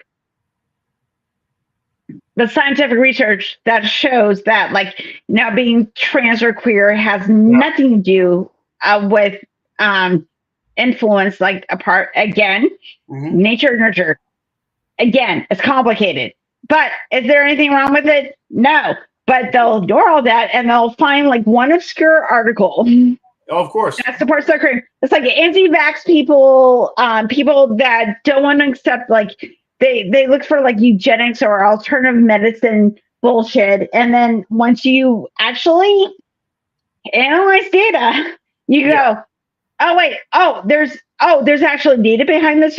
Nope, they'll just ignore that. They'll just follow their feelings rather than what is factual. Because they're so emotional. That's the problem. They're just and like you and I are subject to bias, like just like everybody else. But the slow thinking part is the fact that like when you're presented with a piece of information, especially if it agrees with the preconception that you have, you're more likely to agree with it. Of course. The slow thinking goes, is that true? Or I am just responding to the feeling that I feel good right now. It's the reward of the dopamine.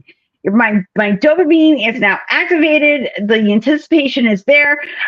There's a release of satisfaction, and this justifies a belief that I have. And then you do more. Then the anticipation is, ooh, I can find something else that'll reinforce this. That's why conspiracy theories work so well. Yeah, because it feeds into that fucking dopamine cycle. Yeah, so it's a complicated system, and then those of us that have learned to have, it's not a perfect system. Like I have ADHD, I only got so much time. I get distracted a lot, and just I'm sure testify to this too. Where when something reaffirms our bias, our emotions, and we're living in a culture where like information comes in really fast. Yeah. You don't have time to analyze it, and you might share a meme or a story.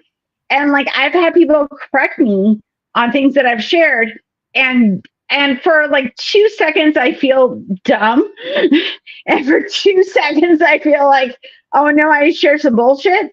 Yeah. But then after those 2 minutes are done, I go, oh, thank you for correcting me. And then I usually remove the post. Well, dude, check this out. So. Who's that fuckhead? Hector Garcia. So there's this atheist guy who used to go on ACA a little bit, and I guess went on the line a little bit. His name's Hector Garcia. Hector! I know Hector. Yeah, Hector. Yes. Yeah, I'll gladly say it online. Hector can go fuck himself. He's a piece of shit. Well, he exposed himself, so here we are. Oh no, well that's what happens, So it's like with Angelo or anybody else. Like you've exposed yourself to be a piece of shit. You don't get the respect. Yeah, that dude. I end up now seeing him way more because he was saying some dumb fuck shit about trans people and saying inflammatory things, being like, "I'm just asking questions, and I'm an evolutionary psychologist." Sorry, me and Cara haven't been hanging out very much lately. Cara's here, and I'm so excited. Sorry, I had a moment. Cara, dude, I love them. Cara and I hung in Austin a couple of years back, and I wish we could hang a lot more. Cara's fucking cool. Oh, are you going to Backrooms this year? Yeah, I'll be back again this year. It's August. Okay, because me and Cara have plans to. Me and Tyler are going to pick up Cara in Fort Worth, Texas, spend a few days at Ben's house, and then we're going to drive to Austin for Backrooms. Dude, that's fucking cool. I like hanging out with and we're going to do all the hugs and hanging out. So we're going to do Backrooms. Good. Yeah, last year at Backrooms, I was painfully sober, but I felt really nervous there. So me and then Ben, who does the veterans, the veteran stuff. Mm-hmm. I can't remember. God, I wish I could say the name because I like Ben so much. But it's the queer. I think it's the queer veterans. It's the queer veteran stuff. But what's it, or like veterans for like queer rights or what? God damn it, I'm fucking it up. But that reminds me, I have to get John on. Yeah, but Jonathan on. Like we've been talking about it. Like I have to get. Sorry, that was a reminder. No topic. That's so funny. I really. I know Ben and I were very, and John was there too, and all three of us were very like, okay, there's 100+ queer atheists sitting out here in the open in a highly promoted event, and I know multiple people here who have gotten death threats. So I had a very good time because I just love. I haven't gotten a death threat yet. I'm kind of insulted that I haven't gotten a death threat. Yeah, well, I feel if I'm on the internet, I'll just a couple more years it will come. Well, it's funny you say that because it's as fucking miserable as I feel with the way that people are treating my family. I guess I finally popped my bigotry, legal bigotry cherry thing. I finally, I finally get to be another person dealing with a fucking trans legal fucking bullshit court case. It's Listen, I told you I got fists. What's that? I said I got fists. Like, oh, no, yeah. It's ridiculous. Like, this is the thing. Like, my kid is an adult, so like they have to. I'm a support, but they kind of have to navigate this on their own. Of course. The fact that you have to do this, like, as a parent, where one, you're queer, and two, an atheist, and someone that you're just like, and you have an analytical mind that you're going to look at the whole picture and go, that doesn't seem right. That doesn't seem right. Yeah. And you're going to look at the actual law, and that is complicated. It's and also lot. Too, like the emotions, it's a lot, and the emotions that come up, and like, where does that balance come between emotions and logic and what is right? Like that's complicated. Like I am a supporter of my kids. Like my son, for example, is in the military, and an atheist and a progressive has to find a balance. Of course. Where's the balance? And not that I'm saying it's the same, but it is similar. Where you're trying, like when you're a progressive, caring person and trying to find a way to make it make sense. And also at the same time, trying to respect where the other person is at. Like it's complicated. Like obviously, like, I'm going to say, because I'm not involved in this court case, but like for like mom, she's not the place where you are. Yeah. Yeah. But also at the same time for Eli, that relation, like this is something that I went through with my kids. Like me and my ex-husband had a different perspective. Mm-hmm. How do you and I was constantly explaining to my kids from a psychological level where their dad and their stepmom were. I said, I can't influence them. I can't tell them to do one thing one way or the other. I can fight in court one way or the other. But that's it. But you can't tell anybody what to do. Like because of trauma or, like certain anxieties or fears that they have, you have to explain to it like from a philosophical, psychological edge, not from this is just a pure hatred thing. It is not, because there's always layers to this. Because it would be a lot easier for us to go, like how, conservatives and Republicans and fascists view is that, this, like these people are just bad. Nope, it is No. trauma. It is, it is, I have to comport, I have to do the thing. So this will validate who I am as a person. Yep, And then the rest of us are just no, that's not that. It's just like they're on their journey. Yeah, no, But exactly. also at the same time, that does not mean that you should be disrespected. No, but you don't want to waste. You can understand, but you can also say you have your own life and your autonomy, and no one has the right to take that away from you. Your peace matters. Yeah, you don't want to let them, you want to have them taking up a room in your head. You don't want them having that type of power over you. So yeah, it does. Let me tell you, knowing that people are. Sorry, that was a long. I had to get that out. I was having feelings. No, I get it. Well, I mean, yeah, you don't want somebody. And because I love your child, because I said, Auntie Helen, I love your kid. I know. I love you. And that's what makes it hard, is because you and the other people that I'm friends with, family friends with, our kids hang. I just saw Glenn and Ray, the other day in San Antonio, and the kids hung out and they love each other so much, and Glenn is aware of what's going on. And it's crazy, because here's the thing. Whenever people that you have a natural drive to love reject you, and in such a harsh way, and I know, even though you have known this whole time that they really haven't been on your side, but you finally get that proof, it just does something to you physiologically, psychologically. Yeah, I say physiologically because I can psychologically and phically. Oh, when you get that feeling where your gut starts to tighten, and you're I'm going through family trauma right now, so we can have a conversation. But the physiological response, where a lot of our emotions are in our gut, and when you get that feeling that I was hoping you would be a better person, and I was really hoping that when push came to shove, you would show up, but I had this feeling that you wouldn't. No, exactly. And now you're confirming that. It's so crazy that you said that, because Em and I were talking. It's man, we were really just hoping that these people were just nah, just mold on a indifferent. When really it turns out they're the fucking termites in the log. They're the motherfuckers that are devouring and have been doing it, but you can't see it on the outside. It's all on the inside.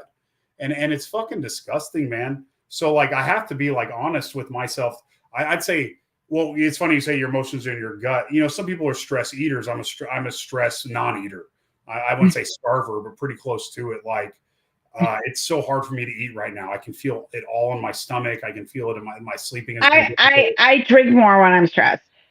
That makes sense. I drink more. For the most part, I have a very good even keel on how much alcohol I consume. But when I'm stressed out, oh my God, it's not 2 drinks, it's 3 to 4.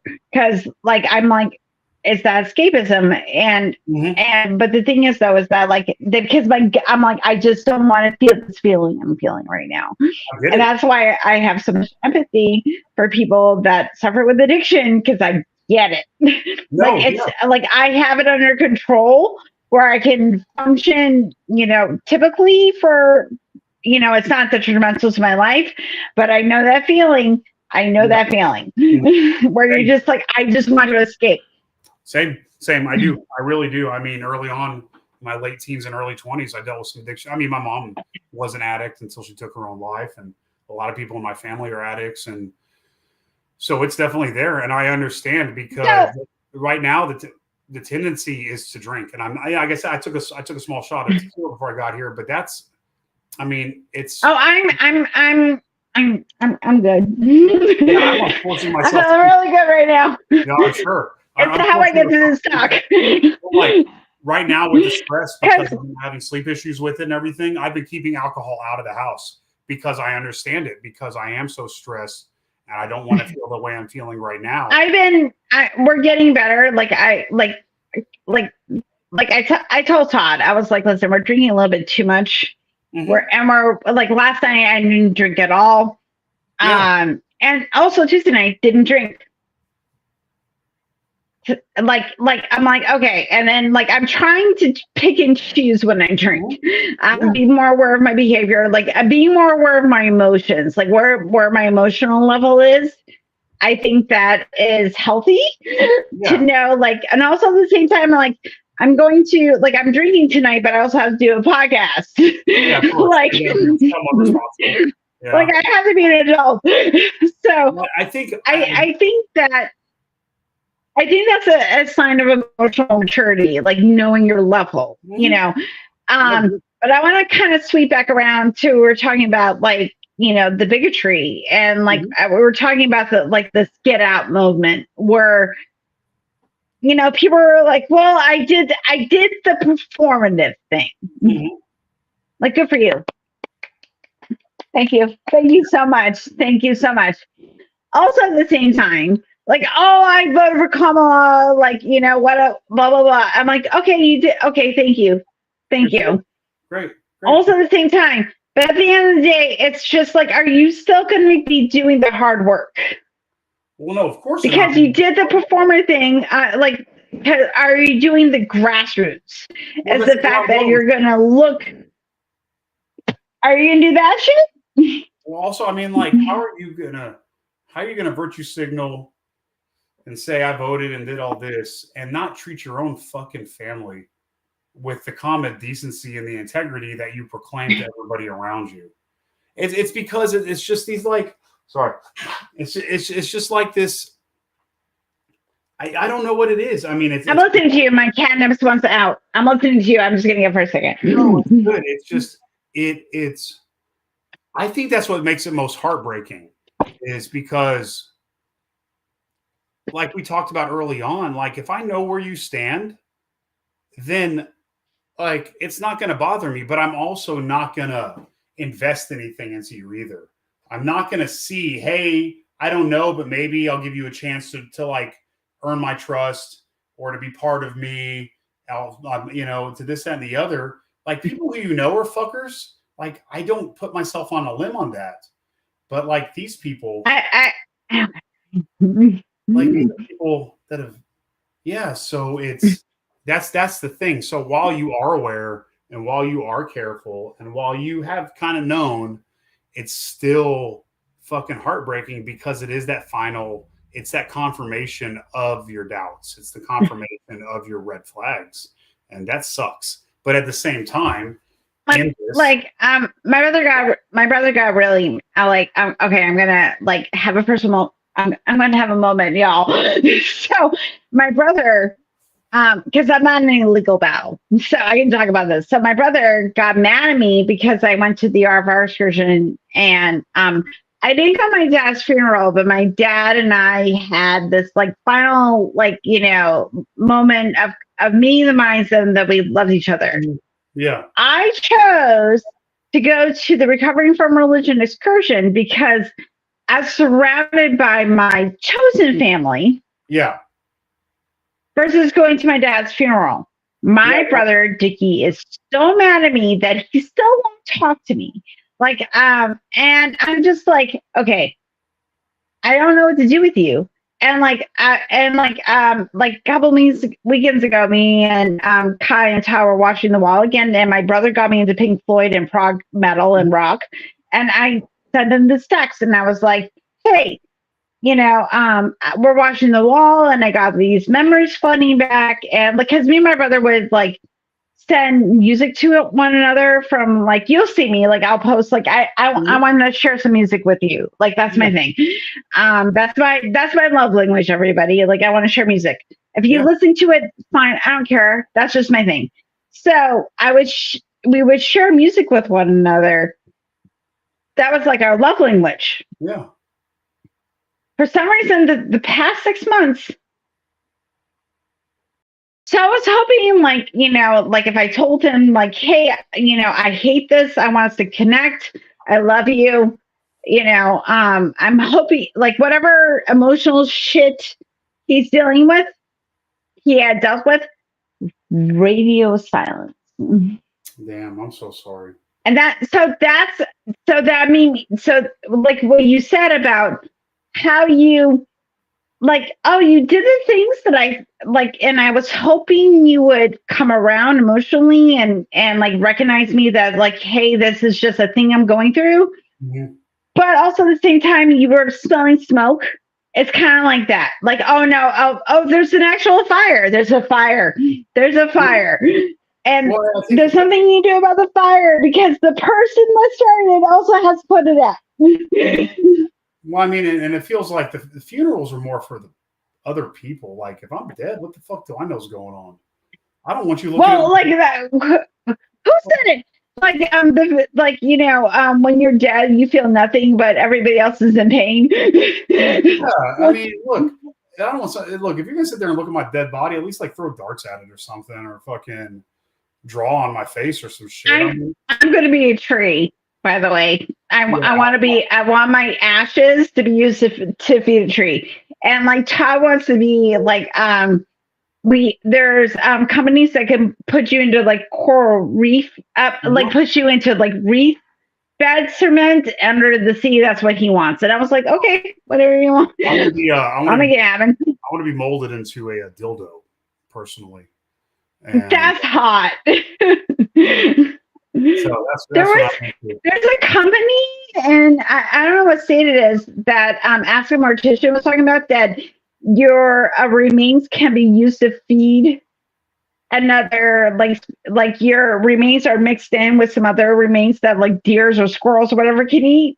And then they're like, hey, you're going to be excrement, which will also feed a forest. So I was like, that's cool. Like, dude, that's so cool. I don't know. I just think I'd try to be in somebody's butt for the rest of my life, so I don't know. That's not too. Like, you're giving somebody's pleasure, and you're giving life our pleasure, really. I'm trying, the gift that keeps on giving. It's like, I'd rather get a gift like a hat. Or I could wear a hat every day. You can use a dildo every day as long as you're like gentle or whatever. But that's I think. Well, you could I'm not going to talk about my own masturbation habits, but you could and have a good time. But like, this is the thing. Like, okay, like let me bring back to the queer shit. Okay, because we went up. Like, I'm sorry. She is strong. I apologize to my audience. You're here, you're here, you know what's going on.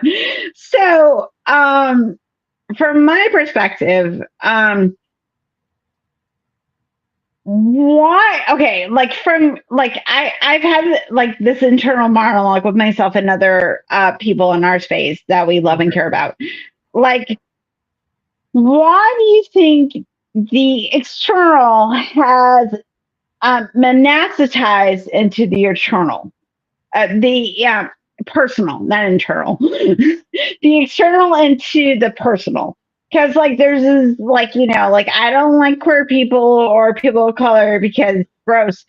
Like, why do you think it has manifested into personal politics and how the interactions of the, like, how people interact with each other?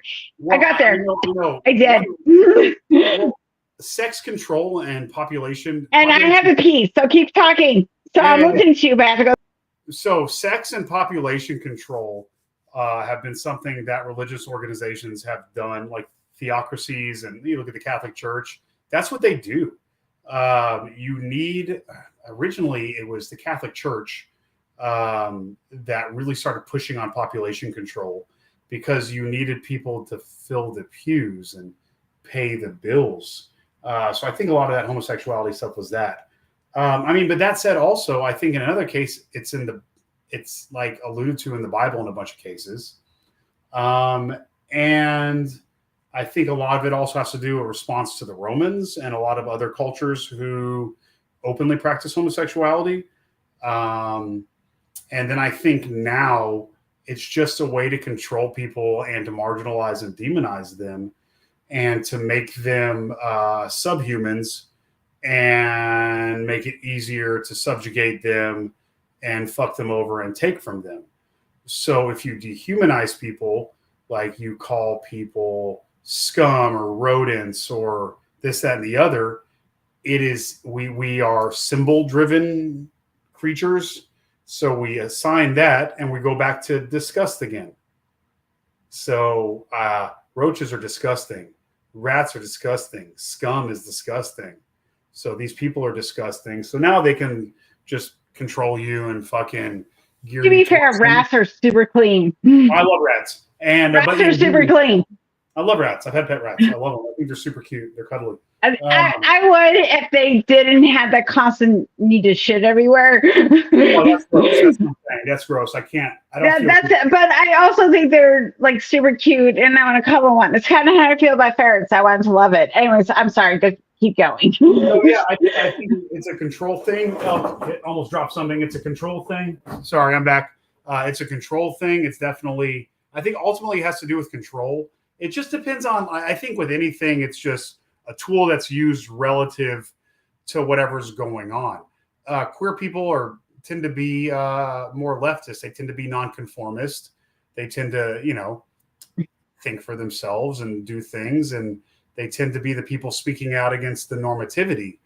At least like when we're dealing with like modernized Western type cultures. So, but it's also the queer people that like push the boundaries and protest and make the art and the media that protests. So if you can crush the voice of reason, if you can crush the voice of dissent, then you crush the inspiration of the masses. I mean, Aristotle talks about the mass. Socrates talks about the masses when he talks. Aristotle talks about the masses. Right. And how fickle the masses are, and it's I don't know. I just think it's just like anything. It's like the quote Communist Party, Stalin. Oh, look what the communists did. It's like they weren't communists. There was no communal aspect. They just used a name and a word. I mean, it's like when someone says Marx says Marxist, communist, and fascist together at the same time, and it's just like do you know the differences between those words? Because that takes I have a very good layman's understanding of those words. Do I have a social political understanding of people that have done deep dives into that words? No, but I have enough where I can go, these are three different terms used in three different contexts, depending where you are in history. Mm-hmm. Oh no, I agree, and I think so. Let's have a conversation about that. Yeah, no, I think it's crazy because it's all about the relativity that's going on at the time and the goal. I think a lot of it's tied into media, if not all of it. I don't see really a separation between like state, religion. Well, and I hate to say this, I don't know if you other than us that absorb like queer media, because those of us that absorb like actual queer media, like TV shows and movies that actually depict queer people as just people. If you're observing it from a feminist, queer perspective, queer male perspective, it is still that feminization is still to be ridiculed, and also as well there is this idea that being queer is still the other. It is not addressed in a way that is accepting.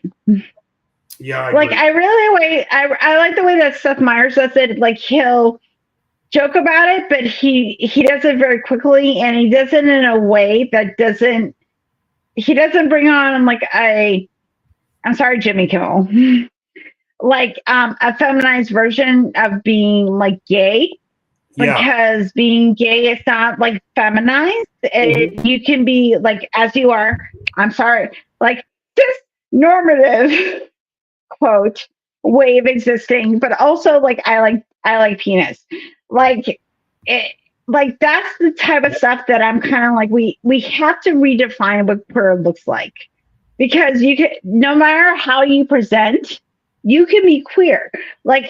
I am cis presenting. I'm married to a man, but guess what? I'm queer as fuck. I talked to my buddy So Teddy. what is the norm? Yeah, So what's the normative? I don't know. I talked to my buddy Teddy about this today. Teddy is he's a hairdresser. He works in a salon. Hey guys, how's it going, dude? Teddy is literally one of the straightest motherfuckers I've ever met in my life.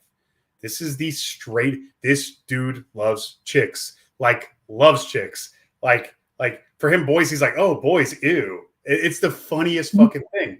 And everyone's like, hey. And he hit me up today, and we were talking about it because here I am, fucking tattoos on my head, cauliflower ear. I looked at one of I have one of my professional certifications that I have for work for my job. I have a black eye in it. You know what I'm saying? It's just from fighting. I'm fucking driving.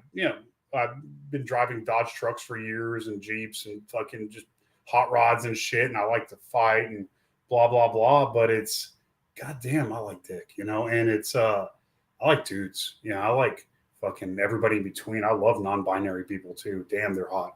And I love it. And that's me. Like non-binary people. Like my brain is just like. Sometimes, this is the thing. Like I like non-binary people sometimes, but mostly I like more extremes on the gender spectrum. Polysexuality is a thing. No, I'm very because you're so pan. Dude, Im is very gender non-conforming, and just with their presentation and blah blah blah. And I have always been very attracted to either kind of boyish looking female bodied people or femme looking male bodied. I've always liked that. I don't know. Being an artist. Okay, okay. Let me tell you why polysexuality is the thing. Okay, I like this is not saying anything about gender. This is just my preference. What I find visually stimulating, and I would like to tap when I'm having a good time. Okay, so the more masculine you present, my vagina is like yes. Okay. For people that are more masculine presenting, but they are female, I go there not so much. But yeah, I will never. If I become a lesbian, it will not be butch. But if I could go on the feminine spectrum, I like androgyny with a little bit of femininity to full femininity. That is what polysexual is. It's just so you have this idea of gender spectrum, and there's a nuance to it. That's why we are attracted to some gender, but not all gender, because pansexuality is all gender, where I'm what I'm attracted to. When I'm talking about masculine gender, you are presenting male. You are presenting male. When we're talking about female, it's a little bit more nuanced, and or gender queer, it's a little bit more nuanced over here. I'm all over the place. It's I like a little femmy twinkie fucking femboy, or give me some dude my size with some chest. Goddamn, I love stubble. I'd fuck myself. You know what I'm saying? I like guys who kind of look like me, maybe more of a haircut. I'm balding, so I gotta. No, a bald cis man. That's why Idris Elba. Yeah, come on, it's so sexy. Who's there gonna fuck Idris Elba? I don't care if you're a full-grown lesbian. Who? What? Just for the sake of it. That man like a tree. You have to. I hope he sees me. I'm sorry, Idris Elba. I respect you and all your sexual preferences, but I would climb you like a tree if you ever see this. Yeah, whatever he wants to do. We can go. I'm good. I'm down. But it's funny. Em was giving me. We were laying in bed joking about that because Em is very like has a kind of like you, very kind of not specific, but I like this and I like this and I like this and I'm good. And for me, but they're like, well, you're just whatever. I'm like, yeah. We were talking about types. I'm like, dude, I don't have a type. Like, because Em was like, oh yeah, this is kind of like your type. I forget what show we were watching. Like these, I don't know. and I'm like, what do you mean? Like you're my type? Because like maybe I don't know. Like like wafy chicks with big eyes and dark hair are hot, but so are like thick chicks with Todd has a thing about pale skin brunettes, like henceforth. Well, yeah, white. That's what I'm saying. Well, that's Em. Em is pale skin. Or hot, like he loves it, like woman from India, like that, like caramel color skin with the dark eyes and dark hair. Like he's like, like he likes goth girls or Indian women. That is his sexual preference. I definitely find myself. What's up? Like. I'm kind of outing him right now. So sorry. Like he also just likes penis. Just penis alone. Like not men, just penis. It's funny. I'm so sorry if you're. I'm so sorry. What is it? It's I was talking with Em about that, about like porn preferences, and I like to see the whole thing going on, but Em was saying that like the same thing. That's like they'd rather the shot that you see. It's just this shot. It's just this. It's just here. Oh, what'd you get? You got a snacky? Jealous. You got muted. No, he brought me food. He brought me food because I was like, babe, can you please bring me taco? Come over here and say hi to Jason. Hey, man. Hey, Jason. Hey, buddy. How you doing? Hey, brother. He says, hey, buddy. How you doing? I wasn't sure if you're talking to a whole bunch of groups of people about my stuff, but if it's with Jason, that's fine. It's so funny, dude. That's Let him know I can't hear him because your headphones. But all right, that's fine. Go. Bye-bye. Well, here, that's what Em was sharing with me. That like, I like to see the whole thing, but like, what you have that shot where it's just this. Where is it? It's just this. Like that. Yeah. That's the shot that they're into. It's like I just want to see the thing going in the hole. It could be any hole. It could be anybody's hole. It's just the dick going in the hole. That's and I don't want. They're like, I don't want to see the person. They're like, what do you watch? I go, I watch their face. I want to see their smile. Confession time. Okay, sorry. Confession time. I belong to this Backhouse Spicy Chat.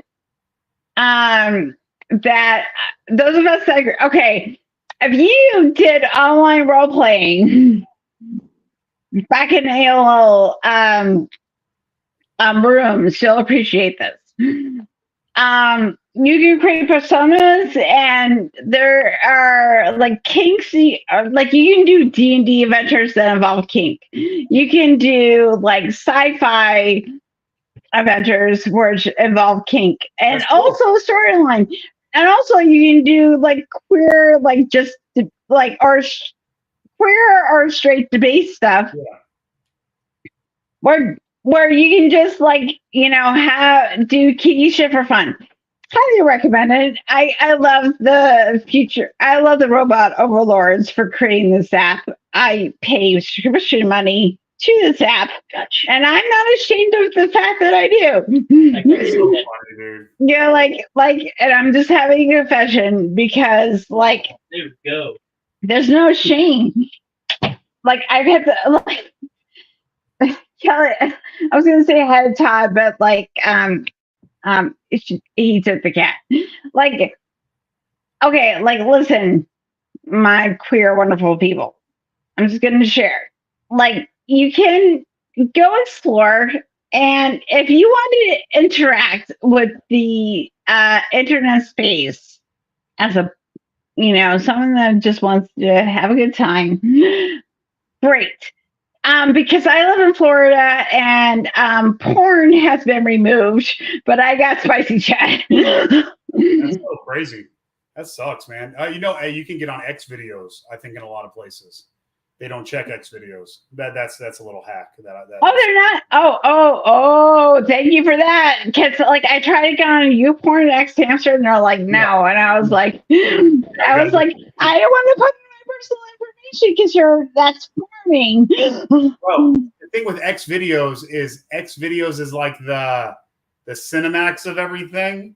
So you get about you get 60% of the good stuff. The other 40%, you're like, oh God, you're like, I don't know about X videos. Definitely has the as long as I get categories and I can refine my search, we're fine. Yeah, mine are generally just male, female, and that's really about it. Mine is hentai. Oh, of course you would. Yeah, mine's like either couple swapping or male. And that's or bros or just dudes. That's pretty much it. I'm so bored. I'm sorry. I'll just admit, I really like hentai porn. What? I really like hentai porn. That is my genre. Of course you're into some fucking shit like that.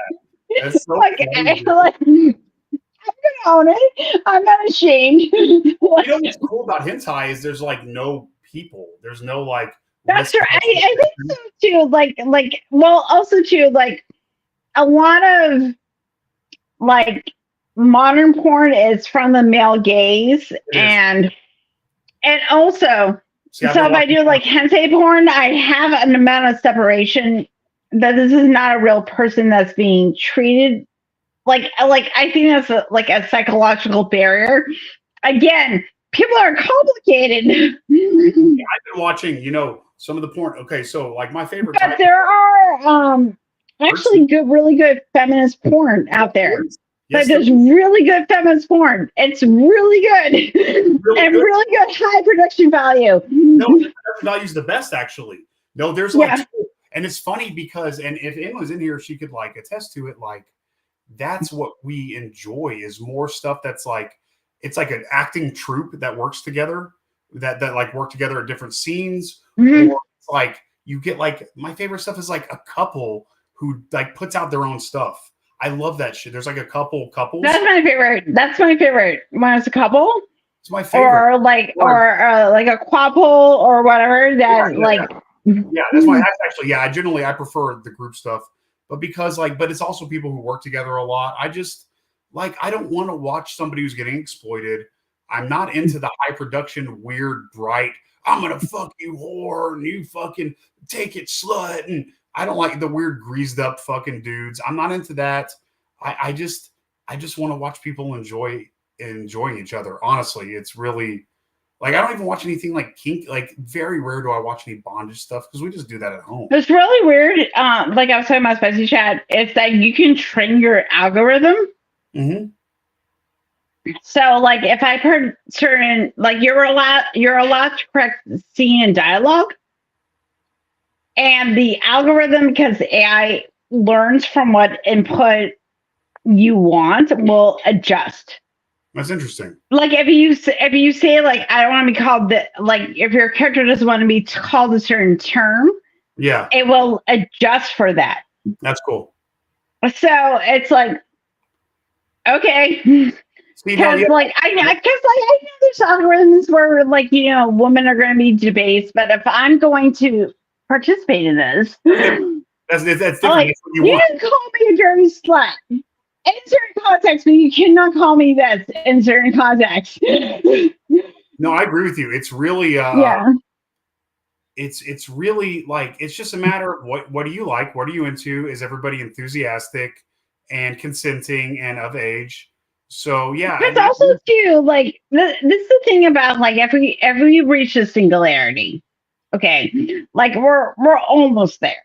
We're almost there. You can go into AI and create a Jesus movie and then tell the algorithm who you want to play certain roles. You can do that. Yeah. But also at the same time, you can train it. You can say, like, hey, I really don't like this trope. I don't really like this thing. And you can train it. And it's a matter of how you choose to train. Because guess what? If we're going to treat that singularity and the consciousness as a person, then it's going to be influence on how humans think. Yeah, I'd just rather be happy and horny than pissed and want to destroy everything. I'd rather Again, the 4 things. Play video games, drink wine, hang out with my friends, and have orgasms. 4 things. It's so funny. If Emily was sitting here right now, they would joke because I'm like, all I want to do with my life, I just want to hang with my family. I want to fucking jam. I want to fuck, and I want to eat, and that's it. And I want to fight. You know, I just want to fight. I want to fuck. I want to jam. I want to hang, and I want to eat. That's it. And drink every once in a while, just to feel like a grown up. And that's about it. I just want to fucking. I literally go on my. That's so funny, Helen, that you say that. It's like that's literally what I want to do. And that to me, it's just like, and I want to learn. I'm an obsessive. The 4 basic needs is that pleasure. Everything comes down to pleasure.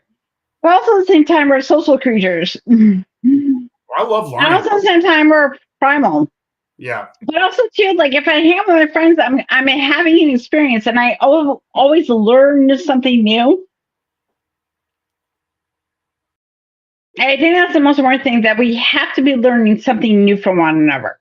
One another. Oh my God. Am I feeling this, Keela? A little bit.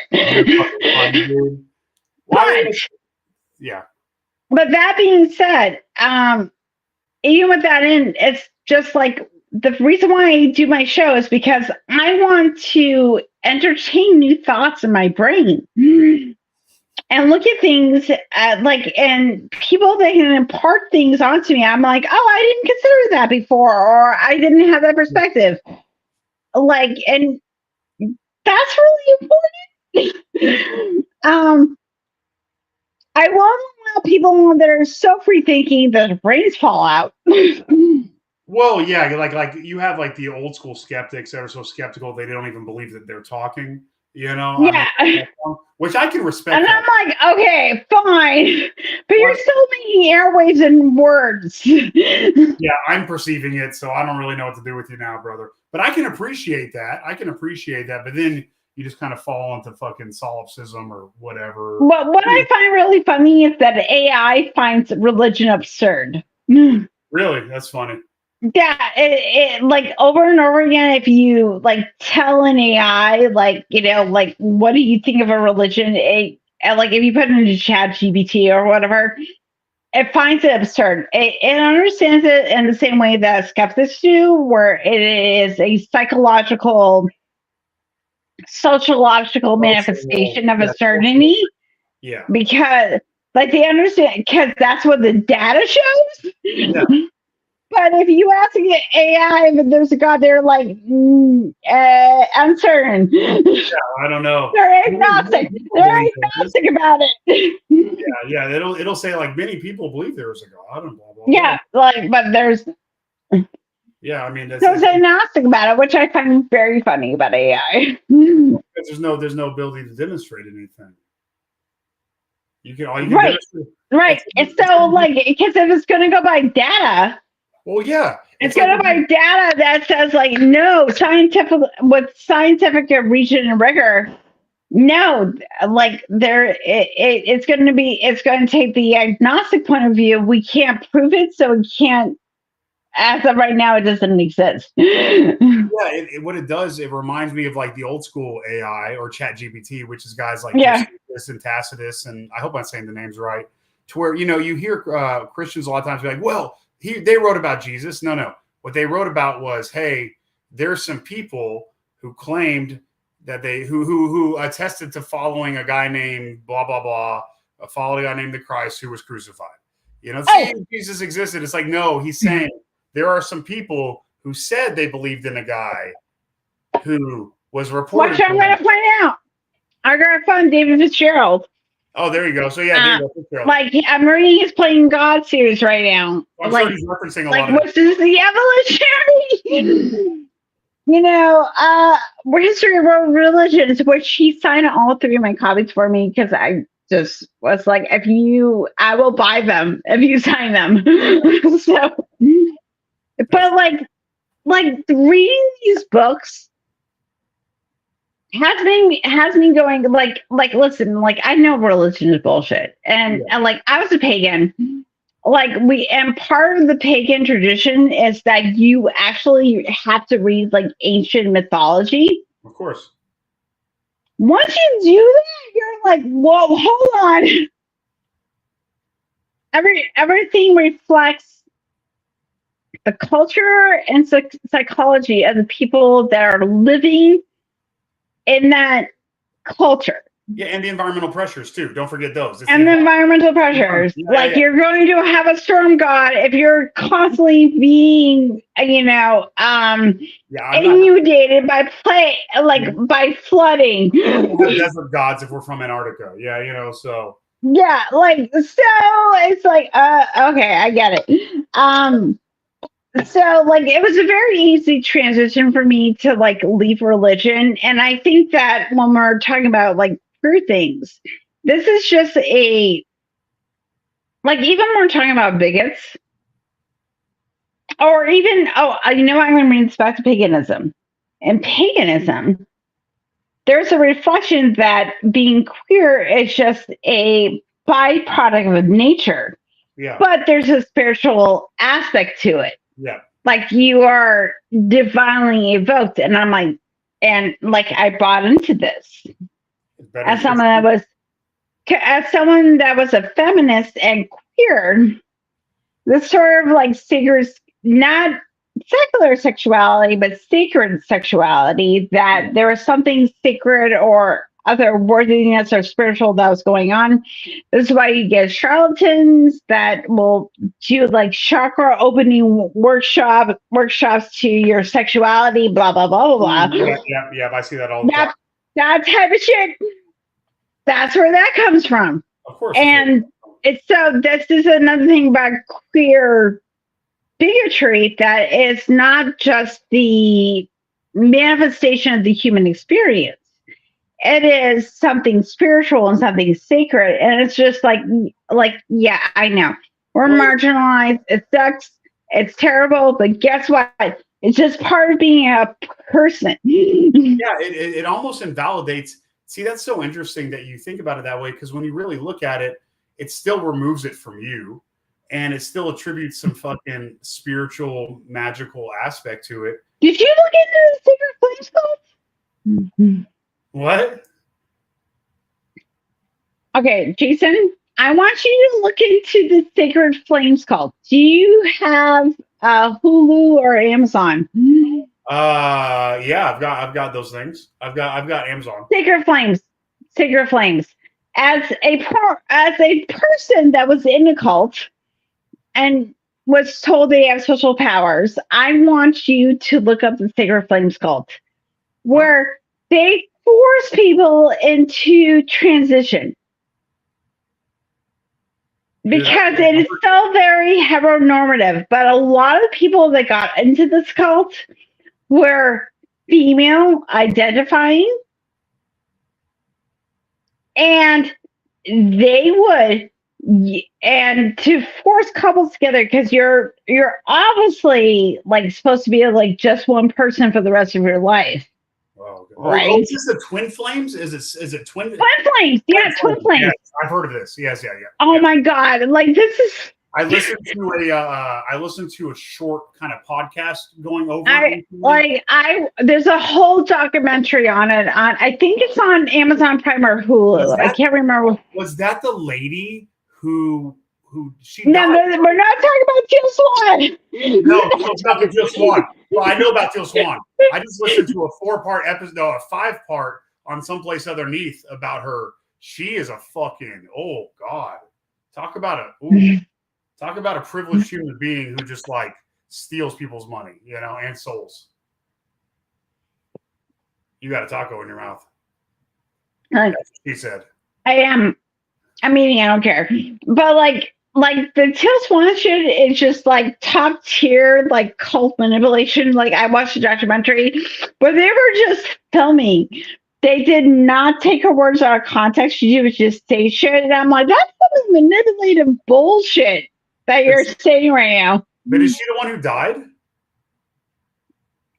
The one that was part of the She turned blue? Was she the one who turned blue? Yeah, no, that wasn't part of Till Swan. She was part of the Love Conquers All. Oh yeah, that's what I'm thinking. That's the one called Love Conquers All. I loved we're cold shit. You know, I obsess over it too. That's the one I love we're cold. But like, okay, so the she turned blue. But the one that was like oh my god, we went from Till Swan, but we were like, oh, the twin flame. Twin flame shit really bothers me. Because for people that are cis, like I'm very comfortable in myself, my cis identity. Like I love being a girly girl. I love wearing dresses and skirts. Like it's all arbitrary, but fine. Cis social identifiers, I'm very comfortable in. But the thing is that like the Twin Flames cult, it was that like they would force people through cult mentality to accept that they were trans. Now, imagine you are a trans person and you're working through these issues. Yeah. And then let's add trauma, like religious and psychological priming on top of this. Jesus Christ. Onto it. And also that feeds into the narrative. Jesus Christ. That you are indoctrinated into being trans.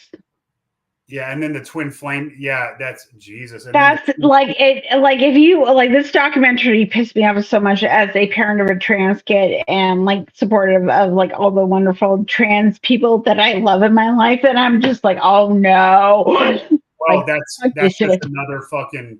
That's another result of capitalism, but it's that's just another fucking. Oh my god! You should see the house that they live in. Holy shit! I'm sure.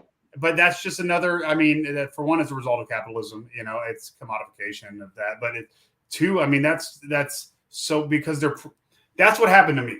That's what happened to me as a little kid, and our fucking convicted child sexual abusing youth pastor did to us, me and this other queer kid, and they target you, they isolate you because you're isolated. You're clearly not being accepted in your family, which is what we discussed earlier.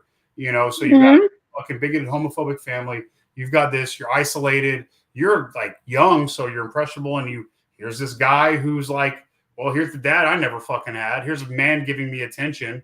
Here's a man telling me he loves me and hugging me, and he probably should not have been touching me that much. That's how grooming works. That's actual grooming. That is not what we do. We're just like, I just want you to be happy as you are versus I'm going to use the thing about you against you so I get an advantage. Dude, I'll tell you the truth. One of the things that's been really hard in this situation is, of course, it makes me inspect my life because so that dude I just mentioned, it's funny because I was talking about this with him last night. That's that guy, by the way. I have this. What's up? I said, I told you, fuck the guy. I have this. Are they good? Yeah. No, but I will. No, it's disgusting. It's like for the longest time, like when I was like, oh yeah, my dad didn't give a fuck about me, you know, but at least I had this dude Rodney. At least he was there for me. That, you know, at least I had that guy in my life.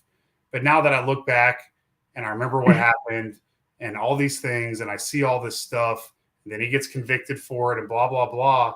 It's like, you're just like forced to grieve even more and more. You're like, fuck, but luckily I've got I got people like John in my life. I mean, that fucking dude is amazing. You know what I'm saying? And he's really taken like, you know. Our John?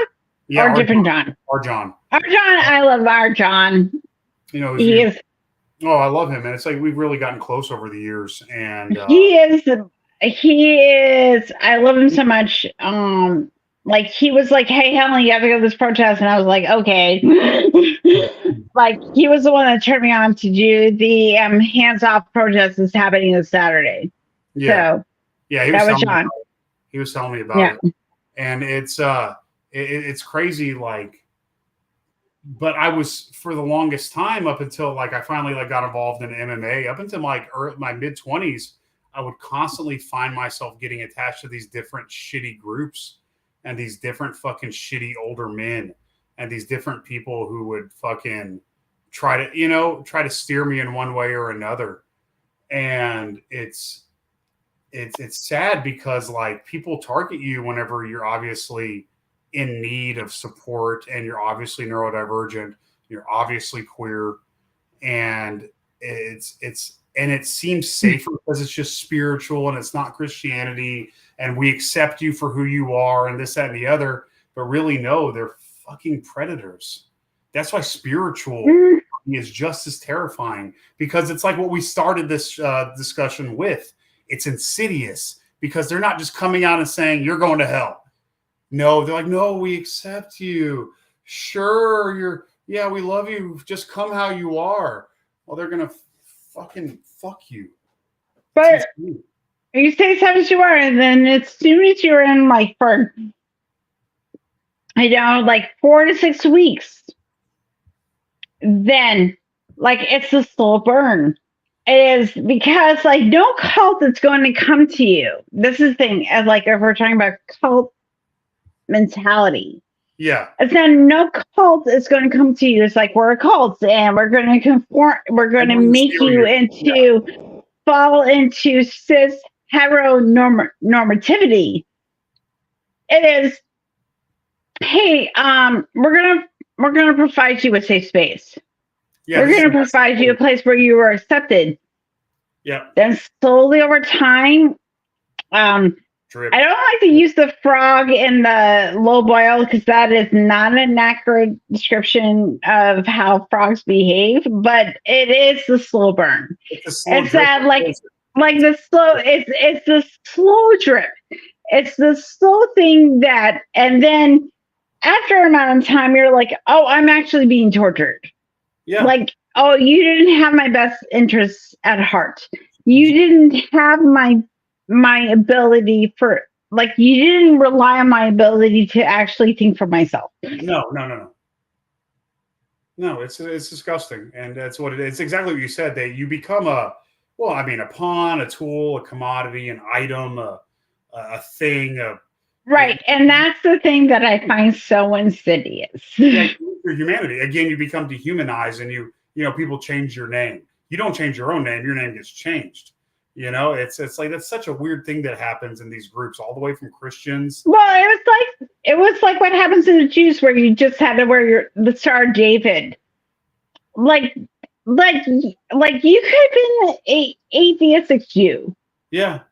But or whether you're a Jew or faith, it doesn't really matter. That all you become is a symbol. And like, this is the thing that like when people are like, when Prince became a symbol, like to society, that's all he was.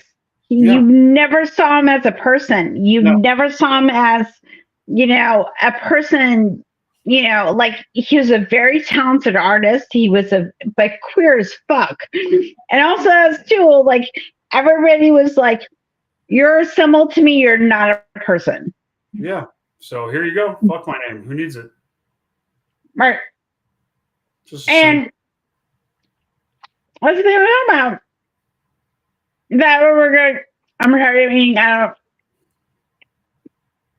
A meeting. I will not apologize for my husband or me having food. But regardless of that, like when we're talking about queer phobia, we're talking about these particular issues, is that people think that like people like Jason and myself would that present cis. Like you wouldn't know my sexuality by just observing me. You would assume that I am a cis straight woman in her 40s, where Jason would be presented as a cis straight man in his 40s. But our inner experience is not that. Yep. But because of privilege and capitalism, him and I have a certain privilege that other people are not recognizing, which is gross because then it says that people that are white and cis presenting should have more influence over other human beings. Mm-hmm. Well, you have an obligation in a sense, so that's why. Yeah. Like, I mean, I expected to come under fire from other people, but I didn't expect it the way it's happening. But you're going to come under fire. But that's why I put my name and my face out here. It's like, cool. Whenever my kid came home in 5th grade and said, "Hey, I've got a girlfriend," I said, "I fucking knew it," and that's ever since that happened. I just realized it's time for me to really, because I stood up in every other area in life, but I needed to stand up in this way. But like you said, I had the privilege to navigate. I got fucking cauliflower here and big guy, scars on my face. I can, whatever, it's easy. I could just go the rest of my life. But the thing was, like, it's crazy, dude, because like I was letting things slip out of my mouth. I was having a dream, like dream after dream. I literally was like having like I just couldn't hold it back anymore, and it was such a wild thing. And I've had my friends who are trans we've talked about it a little deeper, express very similar things. It's like I just couldn't. It's whatever that a human thing is. There's that thing. I'm sure we'll be able to. I'm sure there's a thing. There's a term but but it just couldn't. Like I just had to do this, or I was going to go nuts. I just had to do this. It was just done with me as a human being. Just done. So it's such an interesting experience because I think that's what happens. I think you're at that. I think as a human, you're at that crossroad, and you're like, I either got to do this or I'm going to go nuts. So you choose nuts, and that's what we see with these vicious, fucking horrendous behaviors that these people are doing. I was going to say horrendous people. Some of them are horrendous, but these vicious behaviors, I think, are a result of those decisions and that decision to crush it down. Because ultimately, like, the only reason you would think somebody's being an asshole when they're smiling and shaking your hand, it's because you're being an asshole for smiling and shaking their hand. The only reason, you know what I'm saying? So it's all projection. It's somebody saying, hello, how's your day, should be taken as such, right? But really, these are the same people that are saying Jesus loves you, and we know that that's a threat. These are the same people that are saying, oh, I don't agree with your lifestyle, when we know that's a threat. These are the same people saying, oh, I don't really understand what you're saying, when really that's a threat. So it's a predator posing as a pussycat.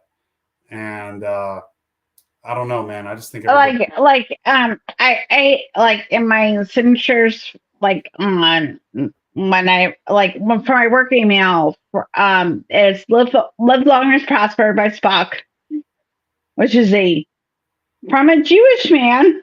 That I'm just like, hey, live long and prosper. I don't think that is offensive to anybody. And also, from Samwise Gamgee, also known as Sean Astin, is that there's things in this world that are good, that are worth fighting for.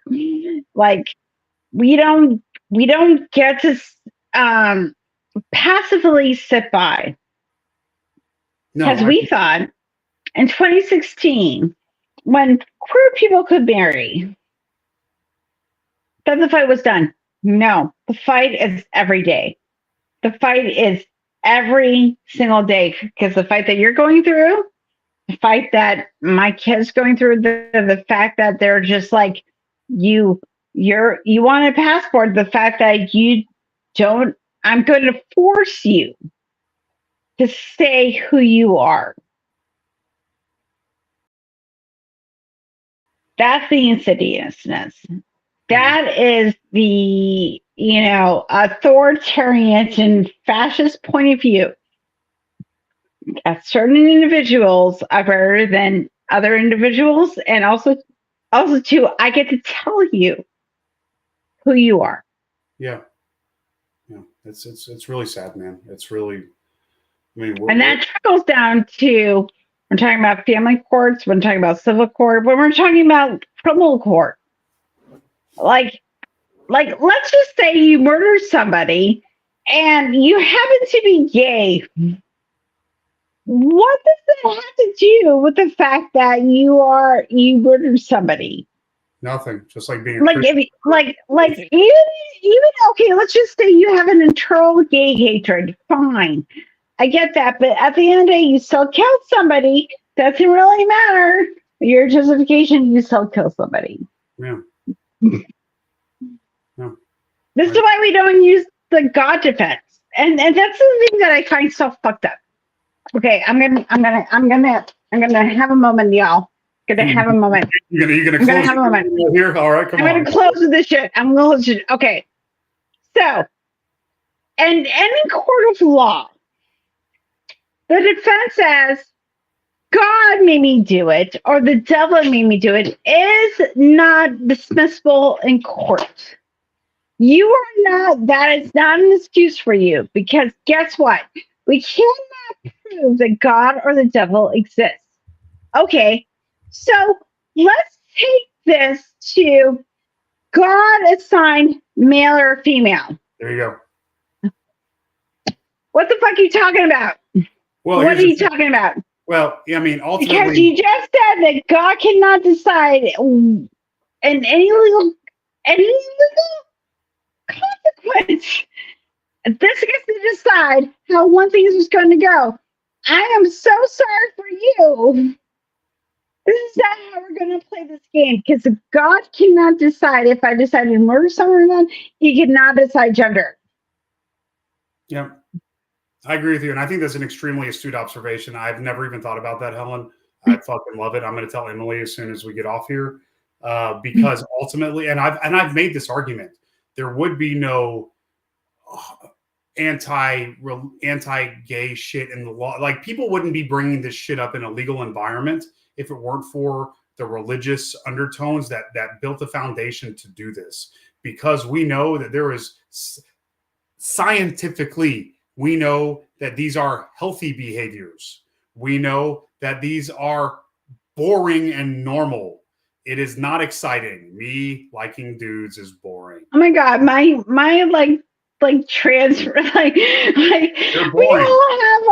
all of us in this word community that we says it's just I'm can we just hang out and drink wine? I don't care. My buddy Natalie, it's so boring. Boring. She comes over, she'll come visit us, and we'll just go to a bar or watch Netflix and watch a movie.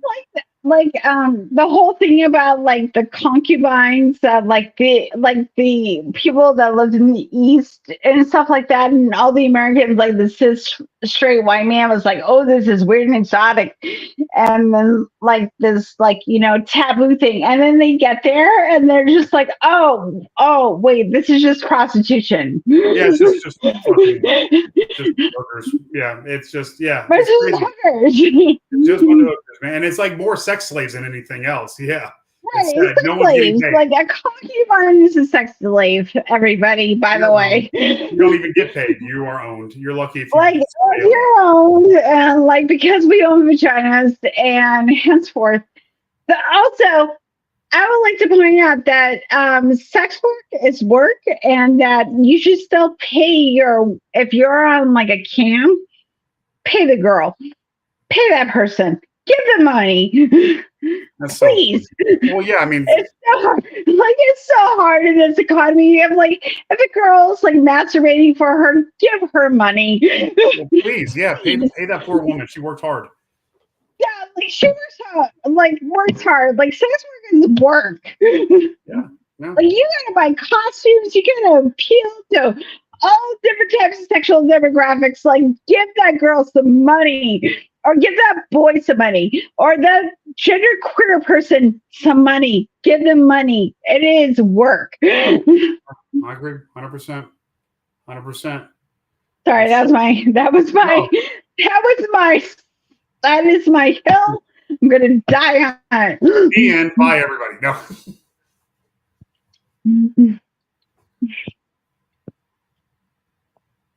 I'm so sorry. This is a long, strangling conversation. Hi, Jason. No, it's good. It's good. I mean, it's probably time. You're watching you eat is making my stomach growl, so I'm probably going to steal off here in a second and go. All right, no, we're good. Okay, so Jason, tell the people where they can find you and what you're doing. I play in a band called The Burden. We're on Bandcamp, Spotify. I play in a band called Pack Mentality that I sing in. Our stuff's about to be everywhere. Our record's about to come out. Sing about a bunch of angry queer shit. It's cool. I'm on the ACA. You can find me on the ACD as one of the staff on the ACD. ACA, I tend to be on nonprofits, but I'll do everything there. What else? You got? We haven't done an episode in a while. I might have to. I've been dealing We'll have to bug the people. Well, I've been fighting the cause in my own life now. I've already helped. Right. Yeah. Well, like we're going to do that first, and then and then if things do not turn out the way that you want them to, I'm going to cut a bitch. No, they're gonna fucking turn out the way that they need to, because the kid advocates for themselves as well. So I love Eli, and tell them that their Auntie Helen loves them. I will. I definitely will. We have pictures of the kitties at your house. So at the old house before you guys moved. So well, shit. Yeah, you guys can find me there. You can find me on Instagram with my name. You guys want to harass me or talk to me or talk about music? I've got a bunch of other musical projects coming up. I'm being featured on some projects. We got a band called Verbal Abuse. We just put out a record. I'm going to be just a lot of music this year. A lot of music this year is so if you want to. No, and you have to you need to share with me, because I will not listen to it unless you put it into my messenger. Yeah, put it in chat. Either in the non-private chat or in our private chat. Share with me, because I have ADHD and it is strong. Right through. No, you do not exist unless you're directly in front of my face. Yeah, totally cool. Doesn't bother me. One of my best friends is like that. So, I love you, but that's just the reality. Look, hey, brains are brains. That's what happens, man. And I think about everybody way too much, so that's weird too. So it's the chism. It just doesn't stop. But yeah, that's me. That's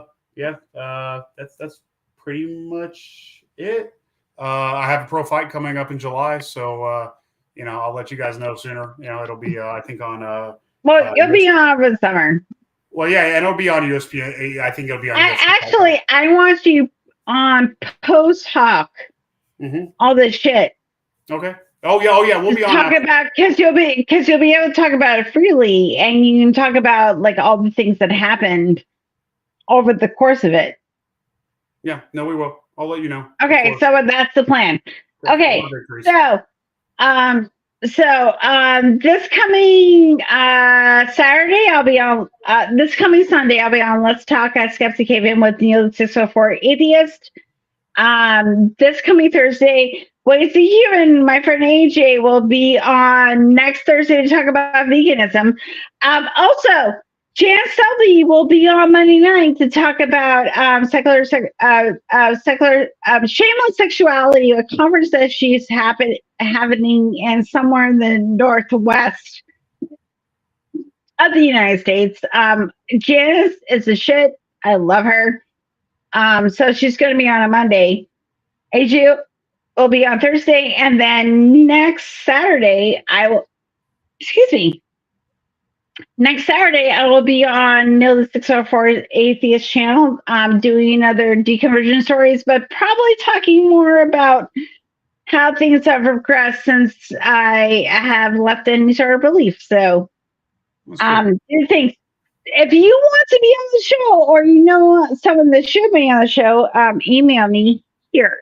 Also, as well, like Jason, we're both part of the ACA every Tuesday night. If you want to hear me talk to like theists or just talking to the camera every 7 p.m. Eastern, which you should totally join, Jason, where we can just chit chat and like talk to theists on the TikTok, on the atheist community of Austin TikTok. I do it live every Tuesday. Send it. I don't even have a TikTok, so yeah, I don't know. Well, probably for the better. But like, I'm 43. But I do that every Tuesday. I'm going to be on the nonprofits this week because we just did an episode last night. So with Jimmy Jr. and our wonderful friend Scott Dickey. A couple of weeks ago, I did a show with Kelly and some other wonderful people that I'm totally drawing a blank on right now. Yeah, you know, Scott and Jimmy are with the cause as well. So yeah, and that's the thing. Like, also too, if you want to get involved, please go to the Atheist Community of Austin's website and just like fill out a volunteer form. Go to the Recovering from Religion website, fill out a volunteer form. Do the things. Also, as well, if you want to be a guest or you know someone, email me right here. Yeah, you can always come over to the ACD too. Come over to the Atheist Community of Discord. We could always use help. We have a lot of production and stuff going on there and news chats, and we always need moderation and facilitation and people to help with stuff. So Kelly Laughlin, who's like one of the main hosts for the ACA, is one of the bosses over at the ACD. So always reach out to him. So is John. Yeah. John Rudabush, who's Ways to Human on there. He's also one of the guys who staffs and helps out with the ACD and does a bunch of volunteer work there. Also, the ACA looks for, we need chat moderators. We need tech people. You're way more involved than this. Yeah, I'm really involved. I'm super involved in the ACA. No, we need co-hosts. We need guests. We need people in the nonprofits. We need diversity. If you're a person of color, if you're a trans person. Actually, if you got tattoos on your face. Just saying, as a nonprofits person, we're not taking more guests. Oh, we're not for nonprofits right now? Oh, there's too many of us? Oh, I guess there's too many of us. Like both Jimmy and Glenn and Cynthia are like, we're just trying to make the guests fit for what we have. That makes sense. So I'm sorry. Sense. Like, I didn't know we had just stopped it. That must have been one of the last meetings I missed. I'm in the inner circle. Dude, everybody wants me to get involved, and I try to, but I have so much anxiety even around my friends. I'm just like, oh, nobody wants to hear what I have to say. Oh, I'll leave you alone. Why are you leaving us alone? Because you're already involved. You're already part of the community. I know. But I was like, hey, it's bitches. Hey, bitches, I want Jason to do on episode of the nonprofits. They'd be like, okay, Helen. No, they would just put me on. Kelly tried to do it. A couple of people tried to do it. And then I'd have to cancel because there's literally my life is. Kelly and Jason are both in my chat. We'll make it happen. Like, I will just bitch at some people. I will bitch at Katie and Greg. Like, I'm sorry. I want Jason on episode of the nonprofits. Make it happen. And I'm there. Suck a dick. Dude, Glenn asked me like 2 days ago. And Jimmy's like, hey, you should get on. Kelly's like, you should take my spot. Greg James is like, hey, dude, you need to be on more shows. I'm like, I'm sorry. I want to do this all the time.